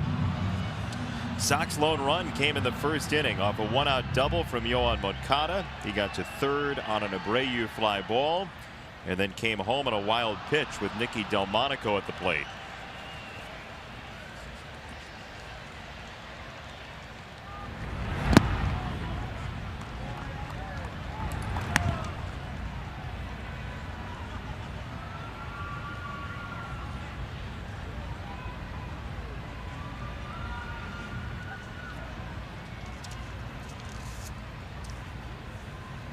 Kyle Gibson, who's retired 9 in a row.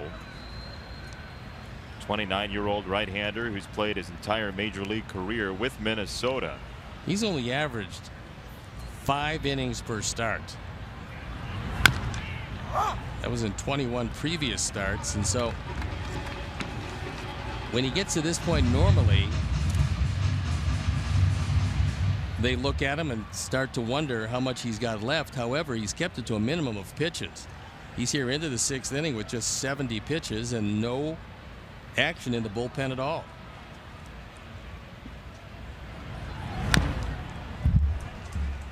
Fouled away, ball down low. As you can see, the 3rd inning, he had some problems. That was the bases loaded, nobody out inning. He was able to pitch his way out with 3 consecutive strikeouts. And that's the 1 inning that Sox let him off the hook. And since then, he's been throwing very well. Those 3 straight strikeouts, by the way, came on 11 total pitches. He's not a guy known to strike out a whole lot of people, but when he had to make the pitches in the 3rd inning, he was able to do that.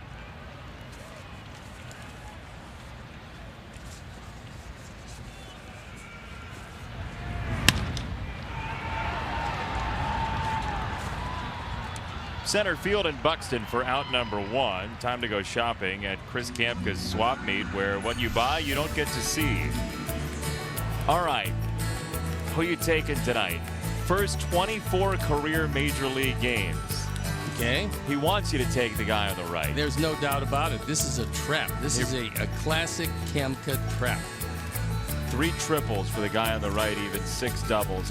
Look at the on-base percentage. Look at the slugging percentage. That's why I'll take the guy on the left, which I did last night so successfully, as you, for the first time in your life, went to the right.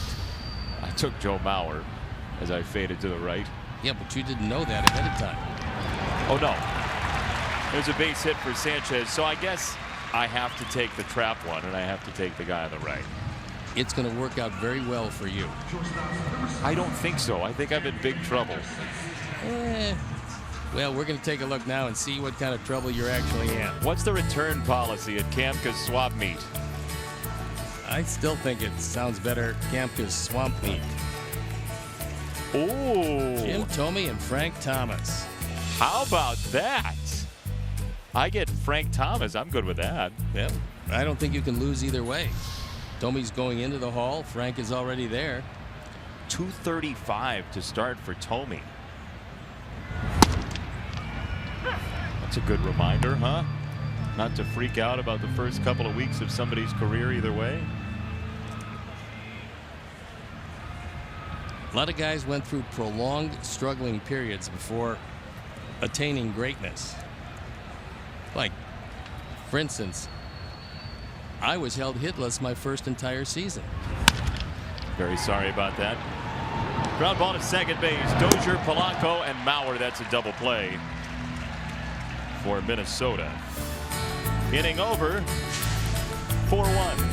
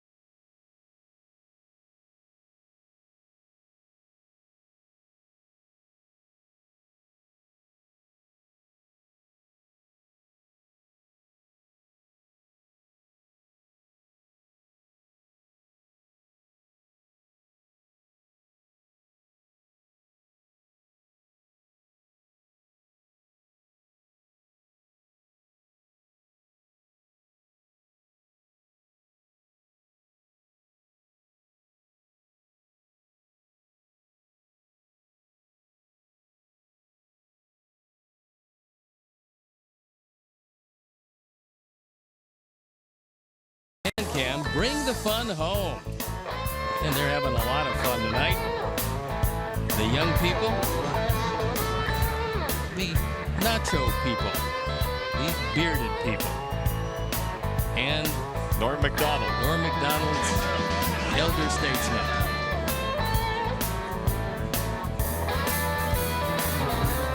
And as that young fan bounds around, Aaron Bummer comes in the ballgame. On for the 13th time, the ERA, well, a little higher than he would like with the 1-3 record. And already trailing 4-1, he's got to hold them right there as he's got to deal with the bottom part of the order. And turning around Vargas usually is a good thing. He hit a solo homer leading off the 5th inning from his strong side, which is the left side. It's only a 170 hitter against left-handed pitching this year. It's 270, over 100 points better as you tabulate the 1-for-2 against Giolito. So Lucas finishes 6 innings, 4 runs, 4 strikeouts, and a grand total of 6 hits in the game. Your assessment of Lucas Giolito's first start? I thought, all things considered, he threw the ball pretty well. I think the next time we see him, the next few times we see him, he'll be able to get that curveball over the plate a bit more, and that's going to help his performance. He threw a few for strikes, not as many as he would have liked, and he did give up the 3 home runs. But the one thing you worry about with young pitchers, and Lucas is one of those, is the walk column, and he's got a goose egg in the walk column. That in itself and his mound presence was very good.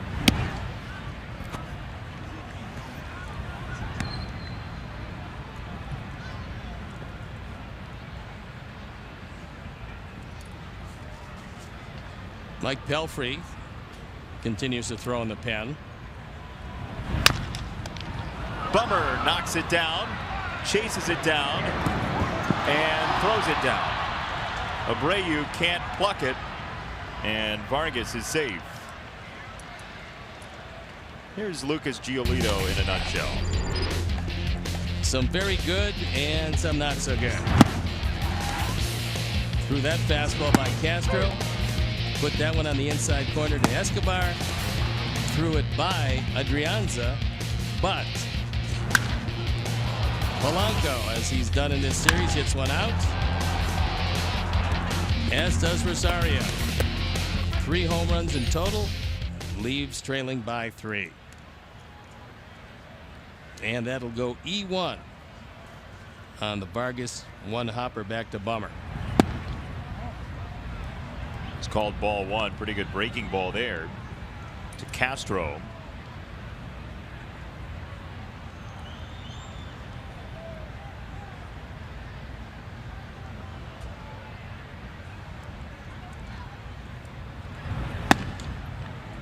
That's a strike, 1-1.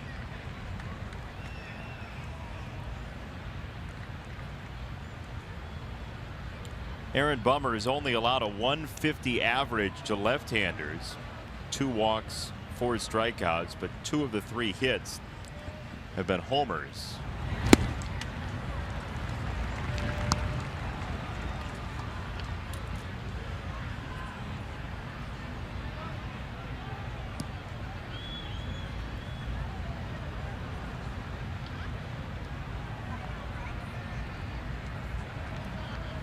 One and 2 to Castro.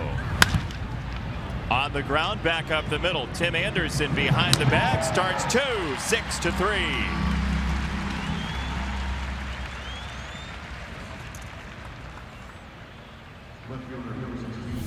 Fortunately, the shift, and Anderson in perfect position for the easy 6-3 double play.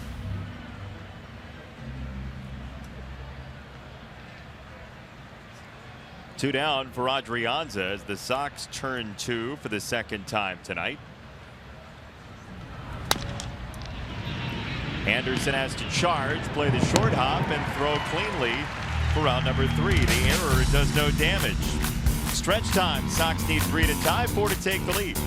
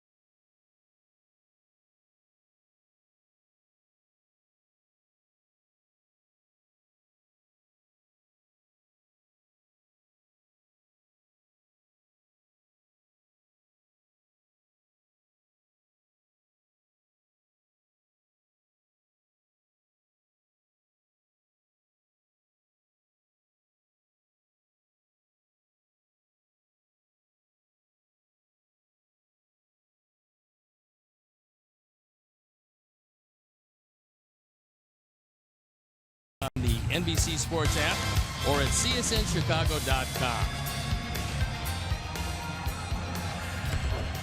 Time for the White Sox Farm Report, and Alec Hansen, who now leads the minor leagues in strikeouts in his overall time between Winston-Salem and Kannapolis, got a 2.93 at Winston-Salem, just 42 hits in 58 and a third. How about 82 strikeouts and 58 in the third inning? So, got a young man with great stuff.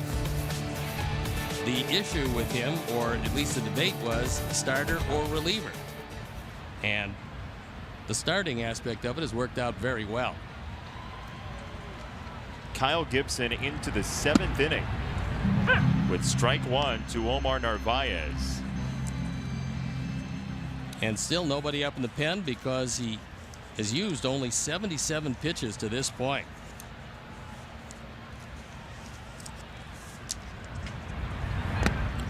Longest start of the year for Gibson was 7 1/3 back on July 22nd in a victory against Detroit. 7 1/3, 5 hits, 3 earned runs. Threw 102 pitches in that game. It would be quite the effort to get him to 102 here in the 7th.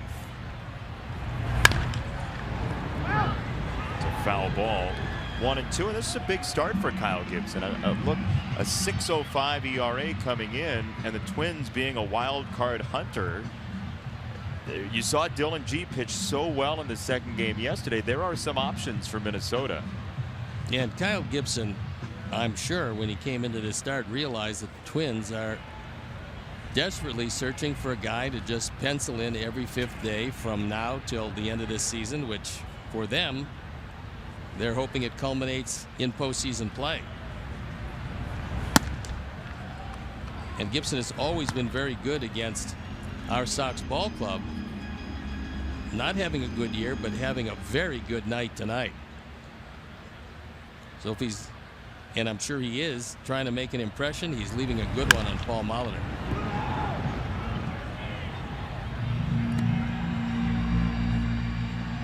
Narvaez with a foul ball, so he'll see a 6th pitch.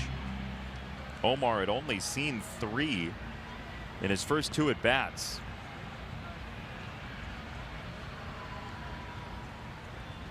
Two balls, 2 strikes. Second base, Brian Dozier. And time now to quiz Steve on his own career in Sticks and Stone this evening. Who was the last Twin to strike out against you?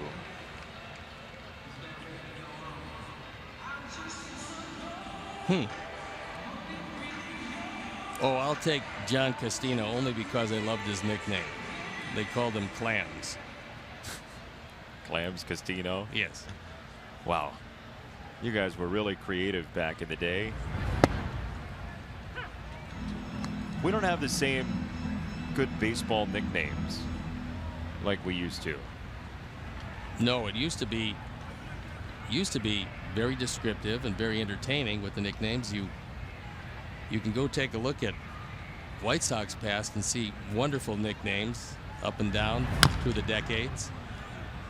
But for some reason, especially the more colorful nicknames, they've kind of gone by the boards at this point. But that's why Players Weekend is going to be pretty fun. It's going to be great as they get a chance to put whatever they want to on the backs of their uniforms for the entire weekend. That's this Friday, Saturday, and Sunday when the Sox entertain Detroit. And it'll be nice to see what they decide to put on the backs, because they can put anything.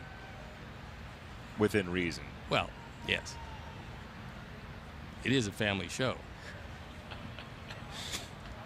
0-2 for Engel. And a foul ball. Here's your answer to tonight's Sticks and Stone question. Is it Clams Castino? No. Oh, Ron Jackson with sound effects. Yeah. Sorry about it. Yeah, well. Did we ever get to what you'd put on the back of your Players Weekend jersey? Oh, sure. No, we didn't. Think it over. I will. Okay.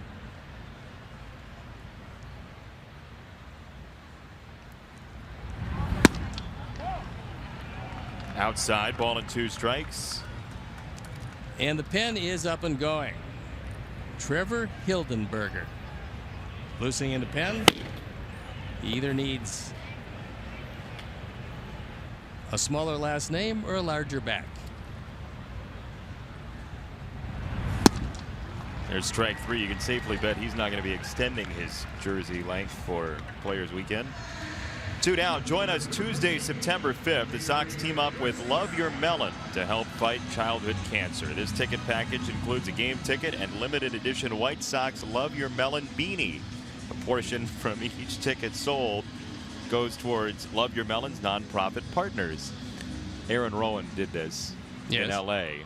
and I was remembering that he looked at it and was like, what is going on here? Beanies are available for the first 500 purchasers, so visit whitesox.com/melon to get yours today. You know, it's like his first game doing TV for a couple of years, and there are just verbs and nouns and that's the toughest part. The verbs and the nouns? That's probably something you didn't run by, Aaron. The toughest part of this job is reading the promos. Oh, yeah, I just said right before the game, you good with doing these? They're promos for the team. So, Yeah, team guy. No problem. Yeah. He ended up having to do Spanish for the Modelo Especial promo. Good job, Aaron. It's fun to work with Aaron Rowan. Sox outfield base running guru now. You had a real good team in that Dodger team, one that put Wood and Bellinger. Alex Wood, a starting pitcher, he's on the disabled list, and Cody Bellinger, the all-everything rookie, has just been disabled. Strike three. Kyle Gibson is through 7 innings. 4-1 Twins.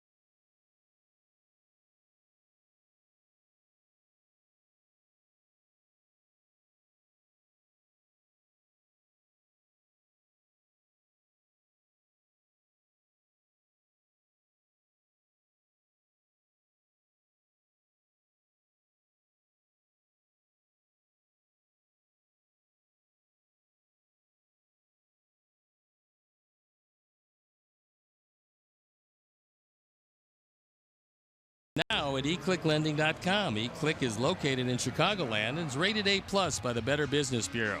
eClick Lending. Boom.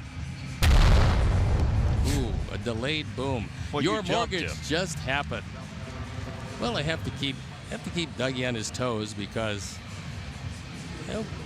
he was working out the timing of the boom. As we look at Mike Pelfrey coming into the game, on for the 25th time.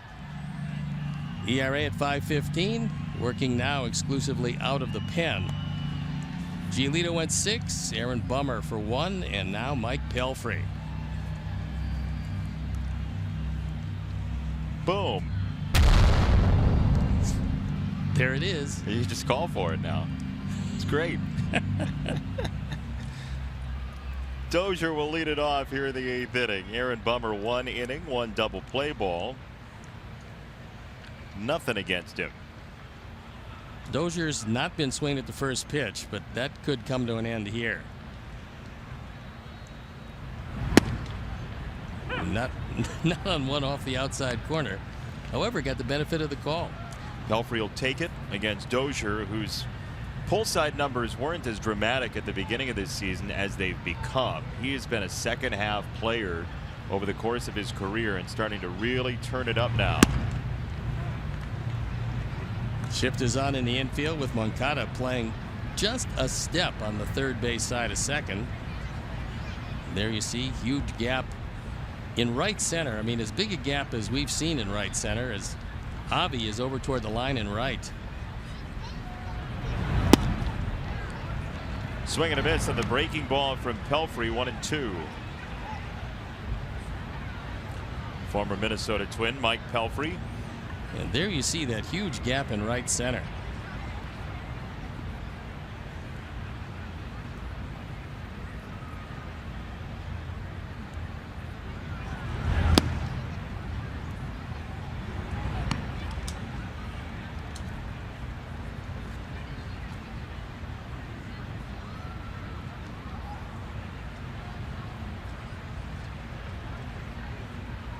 Two and two to Brian Dozier, who's on a 6-game hit streak but is hitless tonight. He remains that way. Strike three. Pelfrey nibbling that corner, and Dozier disagrees with the plate umpire DJ Rayburn. Well, the first pitch and the last pitch were in the same spot, and Dozier is most unhappy, as you might expect. Little late movement framed by Narvaez, and Dozier a disappointed young man as he walks away. He feels like he just got by the plate umpire. Well, if he called the first one a strike, odds are overwhelming. One in the same spot's going to be called a strike, and that's what happened. See, that's where you bat it around in your head as you're thinking about it, because he does know that it's available to be called a strike. Yep. So the second one is kind of a shame on you sort of situation, even though he is right in principle. Yeah, that doesn't help you. The right in principle doesn't help you as you're walking back. Spoken like a true pitcher. I would have expected a much larger outside corner. Is greed a necessary part of pitching? No, but you might as well ask for it. So yes? Sure. The ball and a strike for Mauer. To third, Sanchez, who's been busy tonight, has out number 2. Let's take a look at StatCast powered by AWS, and a towering home run. Exit velocity of 98.9. Estimated distance 396. The third home run in as many games, and Polanco really enjoying himself on this particular Chicago trip. Third home run in 2 days for Jorge Polanco.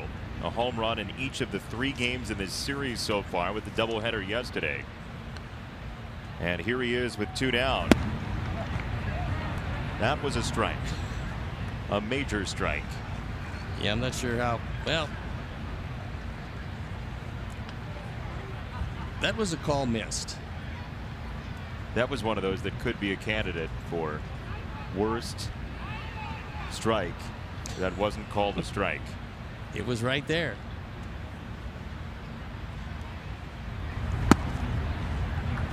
A strike. You just imagine a young person sitting at home saying, well, what's the box for if the ball lands right in the middle of it?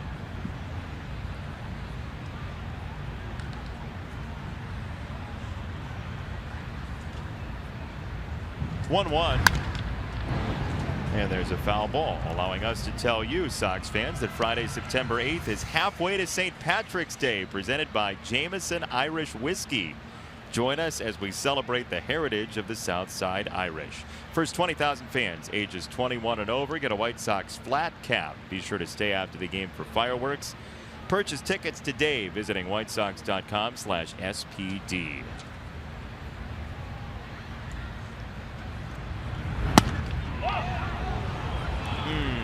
He wanted it, especially after the pitch he got against Dozier twice.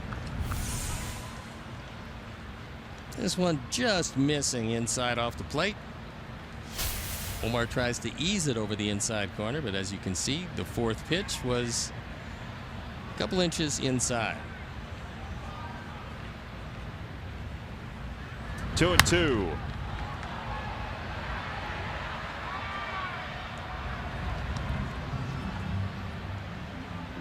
So Jorge Polanco now with a hit in 17 of his last 19 games. 24-year-old out of the Dominican Republic.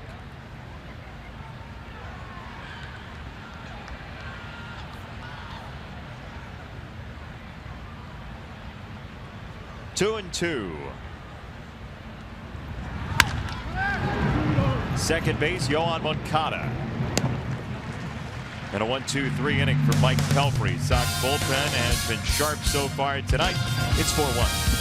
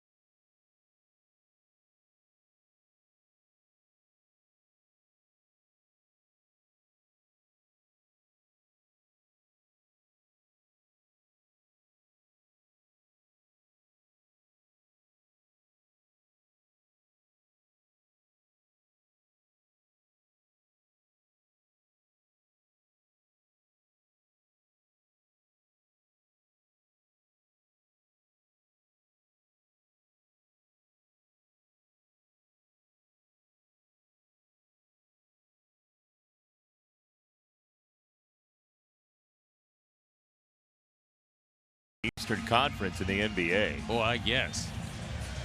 And here we head into the bottom of the 8th inning. It's a 4-1 game, and Kyle Gibson, who was brilliant, is not in the ball game any longer. Trevor Hildenberger is on for the 20th time. 2-1, his ERA 2.88. The numbers very good. Rookie season for the right-hander out of Cal Berkeley.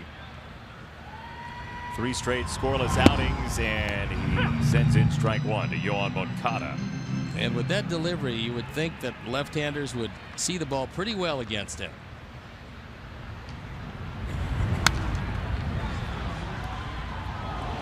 There was a changeup, and Yoan waited back pretty well on it.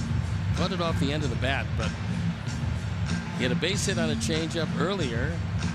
That double coming in the 3rd inning, so a couple of doubles and a line out in 3 at-bats.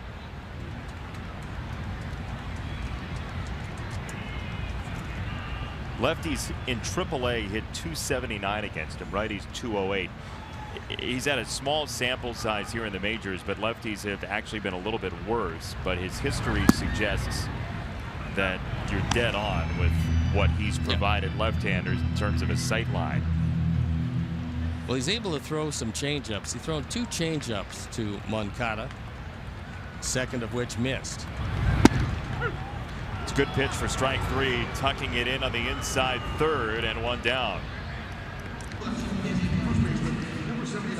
After a couple of changeups, the fastball looks a whole lot better, and Yoan could not pull the trigger. Good pitch.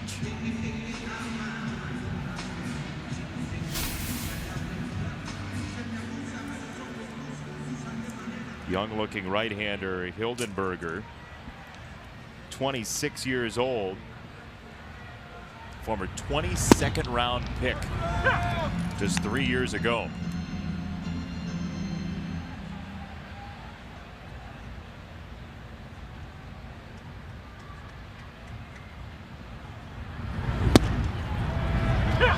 Two. Might see a breaking ball here. Haven't seen one yet. He has thrown a couple of pretty good straight changes. Went fastball. Well, he also changed his arm angle. He brought his arm angle up a bit to give Jose a different look after the first 2 strikes. Jose was able to fight it off and foul it off.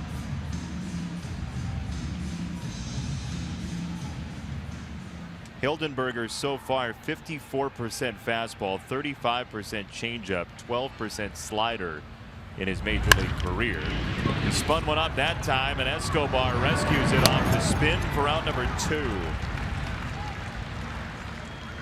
Commemorate the inaugural Players Weekend, August 25th through the August 27th at MLBshop.com with a limited edition White Sox jersey and tee featuring player pick nicknames. Wear the gear the players will wear on field next weekend. Available while supplies last at MLBshop.com. The Sox jerseys for this weekend are outstanding.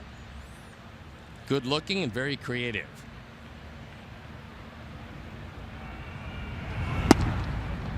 Ball 1 to Nicky Delmonico, who walked back in the 3rd.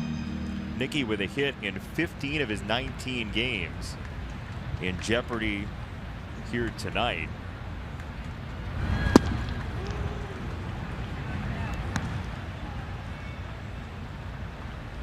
Ball and a strike on Delmonico as Carlos Rodon takes it all in the dugout after a nice start at the beginning of this series. 6 1/3, 9 strikeouts in game 1 yesterday. It's really nice after you've pitched a good ball game, you really enjoy the next day. Next day you have the requisite soreness that you normally have. But when you've thrown it well, it's just a nice day to be at the park. Do a little running, ease into things leisurely, and just pretty much enjoy a major league game.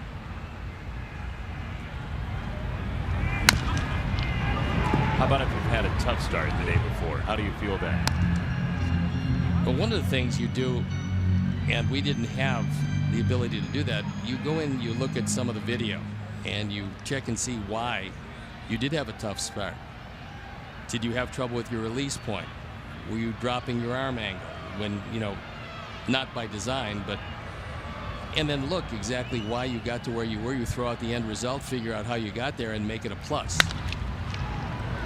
On the ground into the shift. And there's out number 3. 1-2-3 inning for Hildenberger and a 4-1 score for Minnesota to the 9th.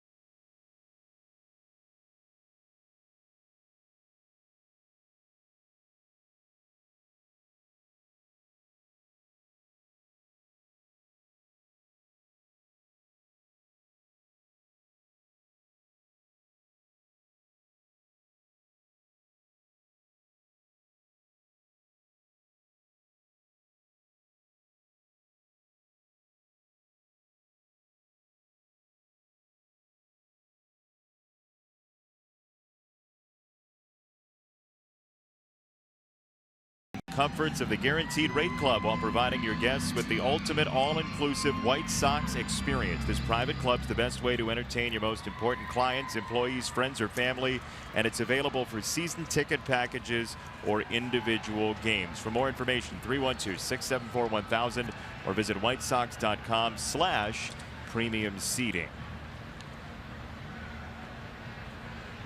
Mike Pelfrey to Eddie Rosario, breaking ball, strike one. And Rosario really has the big blow in this game, a two-run homer off of Lucas Giolito in the 6th.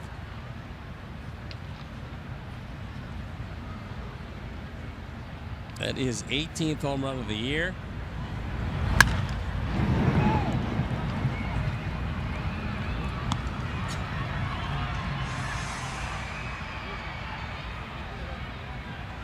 Don't forget, tomorrow night, 7:10, Sox and Twins. It's Blackhawks night. Joel Quenneville is here. Should be an entertaining evening. Coach is going to throw out the first pitch.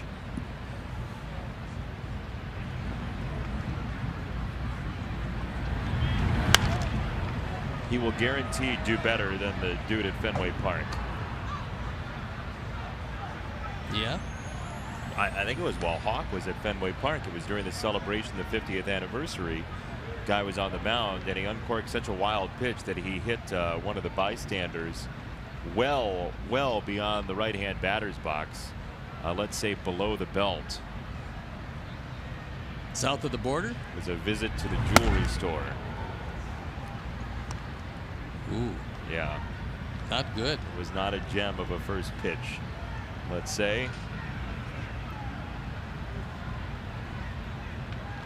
Ball and 2 strikes on Rosario. Pelfrey misses.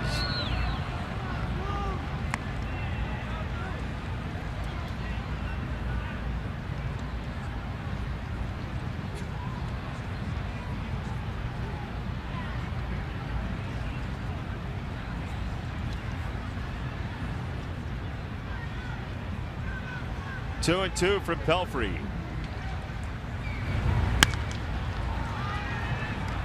Scooped out of the dirt. Anderson back, and Tim is there. Engel saw it the whole way and skipped out of the way as we check in with Sierra Santos.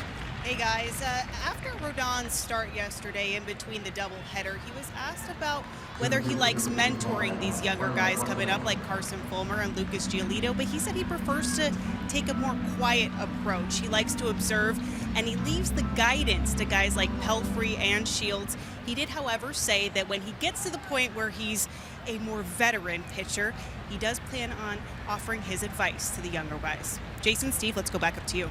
Sierra, thank you for that Miller Lite game report. And Carlos Rodon, pretty soon he might be the elder statesman on this team. That may happen quickly. Well, the way he threw yesterday and the way he's thrown recently, you're looking at the ace of the staff. And I'm certainly not saying that by age, but in terms of time on the White Sox major league roster, there could be a time very soon where he is the guy who's accrued the most in the starting rotation.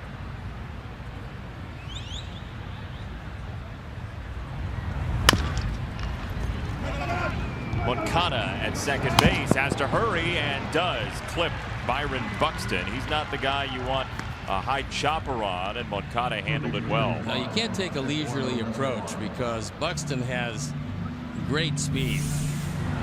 Moncada, he's got it. Then he has to pour it across. And the man who likes to throw on occasion from the side had to go over the top to get a whole lot on it to get him by a half step. Buxton can move it. Yohan looked up and said, oh no. Yeah. He's not going to deal with too many faster in Major League Baseball than the guy he just threw out at first. 2 down for Escobar. And there's strike one.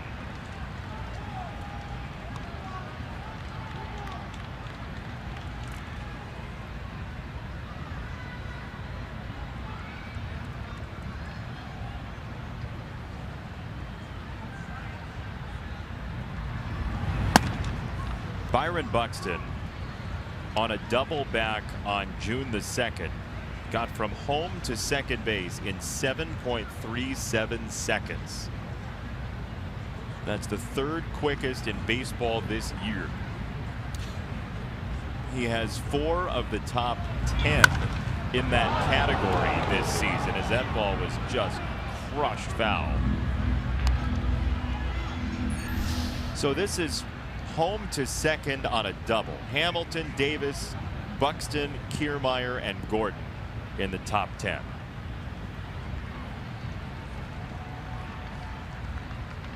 Those are some quick young men. Those are some guys you don't want to wait around if they hit you a ground ball.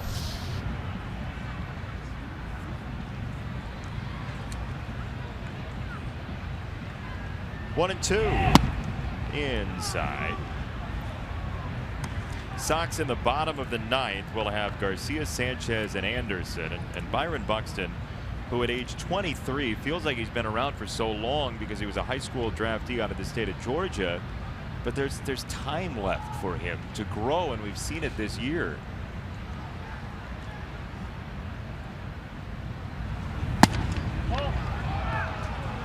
Nearby.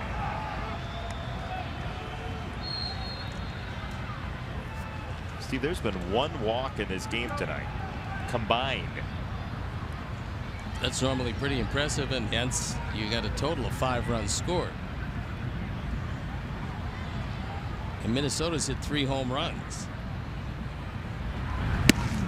That's walk number 2 of the night from a pitcher's hand. The Twins second best in baseball in walks by hitters, second only to Los Angeles. That's the 88-35 Dodgers, who just became 89-35 with a win over the Pirates. Just waving it in their face, Tony Watson was the winning pitcher. Doesn't really matter who they disable. They just continue to roll right along. The rotation is wildly successful. I mean, they have guys who are on the fringe of their rotation who could be top flight guys. Toward the second is in time. Escobar apprehended by Narvaez. He's going to stick around at second base as the Twins will think about challenging. Paul Molitor says, wait a moment. Hold the phone. Mr. Producer Man, don't say roll your brake. It's a perfect throw, and essentially he gets tagged out right there. Foot's not near the bag. Great throw by Omar. Maybe as good a throw as we've seen this year. It was right on the money. Roll your brake.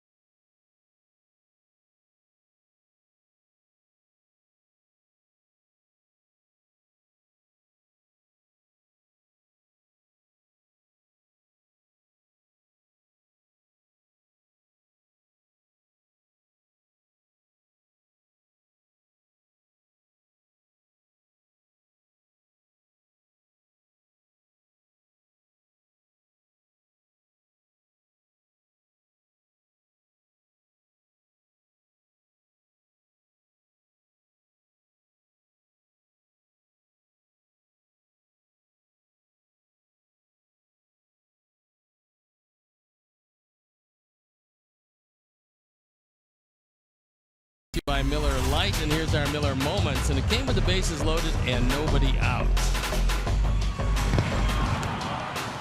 Strikeout swinging. Strikeout swinging. And you guessed it, a strikeout swinging and out of the 3rd inning. The defining moment of the evening for Kyle Gibson as Matt Belisle comes on for the 50th time.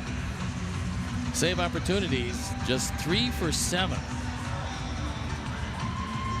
But because they traded away their closer, Paul Molitor is using whoever he can in that role and hope that they can nail it down. Matt Belisle drafted in the second round in 1998, the same round that brought us Adam Dunn, Jody Garrett,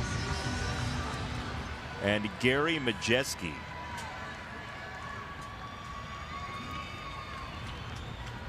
Takeaway there, Matt Belisle's been around a while. 37-year-old facing Avi, who's 11 years his junior, and starting with ball number 1.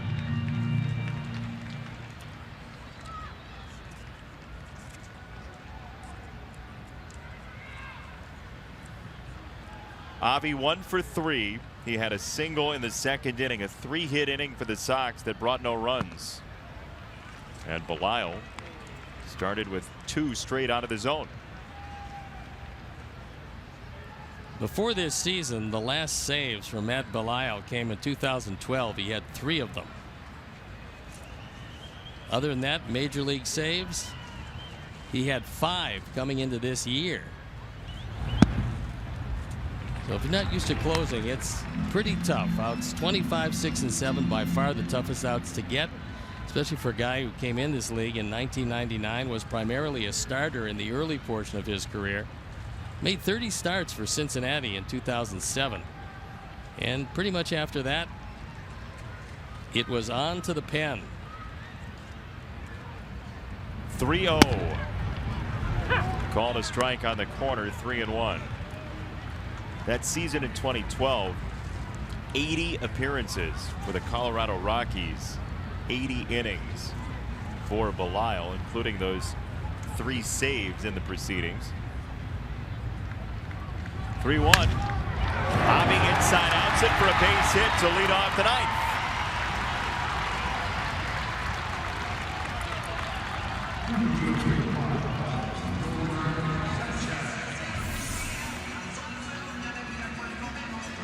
That fastball on the inner portion, and Avi takes it to right field. So he's 2 for 4. As the bottom part of the order tries to get it done here in the 9th inning. Yolmer's had a pretty good night. That strikeout notwithstanding in the 3rd inning with the bases loaded. His other 2 at-bats have been hits.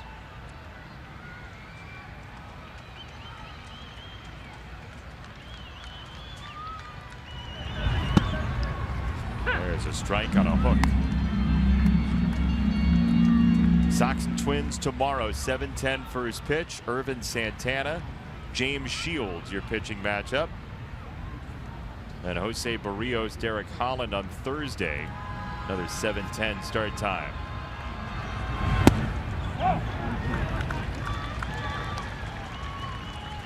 For Minnesota, you got a new front office. Thad Levine is their general manager. Rob Antony, the assistant GM.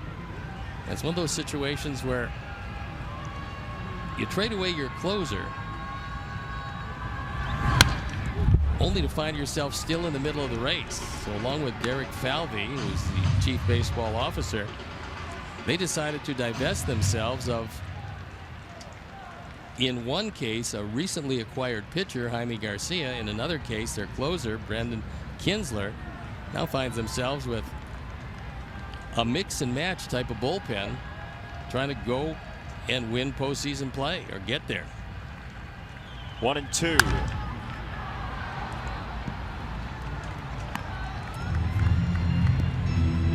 A lot of teams are caught in between, especially this year in the American League, with that second wild card absolutely up for grabs.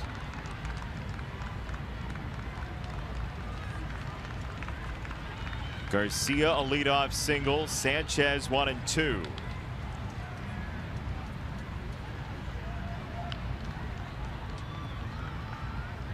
.37-year-old Matt Belisle on the ground, second base. Dozier the flip, Polanco the turn. It's a double play.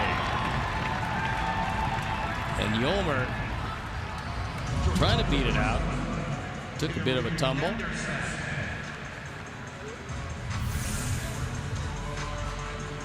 Tailor-made 4-6-3.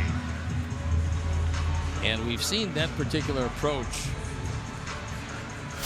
cost the season for Adam Eaton. That step real hard before the bag and drag your foot across the bag. Maybe not the greatest technique, but Yolmer came away unscathed. Strike one to Tim Anderson, who's 0 for 3 today.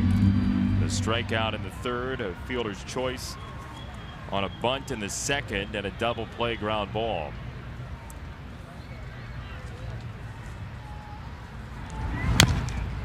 Belisle trying to close it out for Kyle Gibson, who went 7 innings of 1-run ball, one of his best starts of this season. Yeah, this is a pretty impressive performance for Gibson, who with a win will move to 7-10.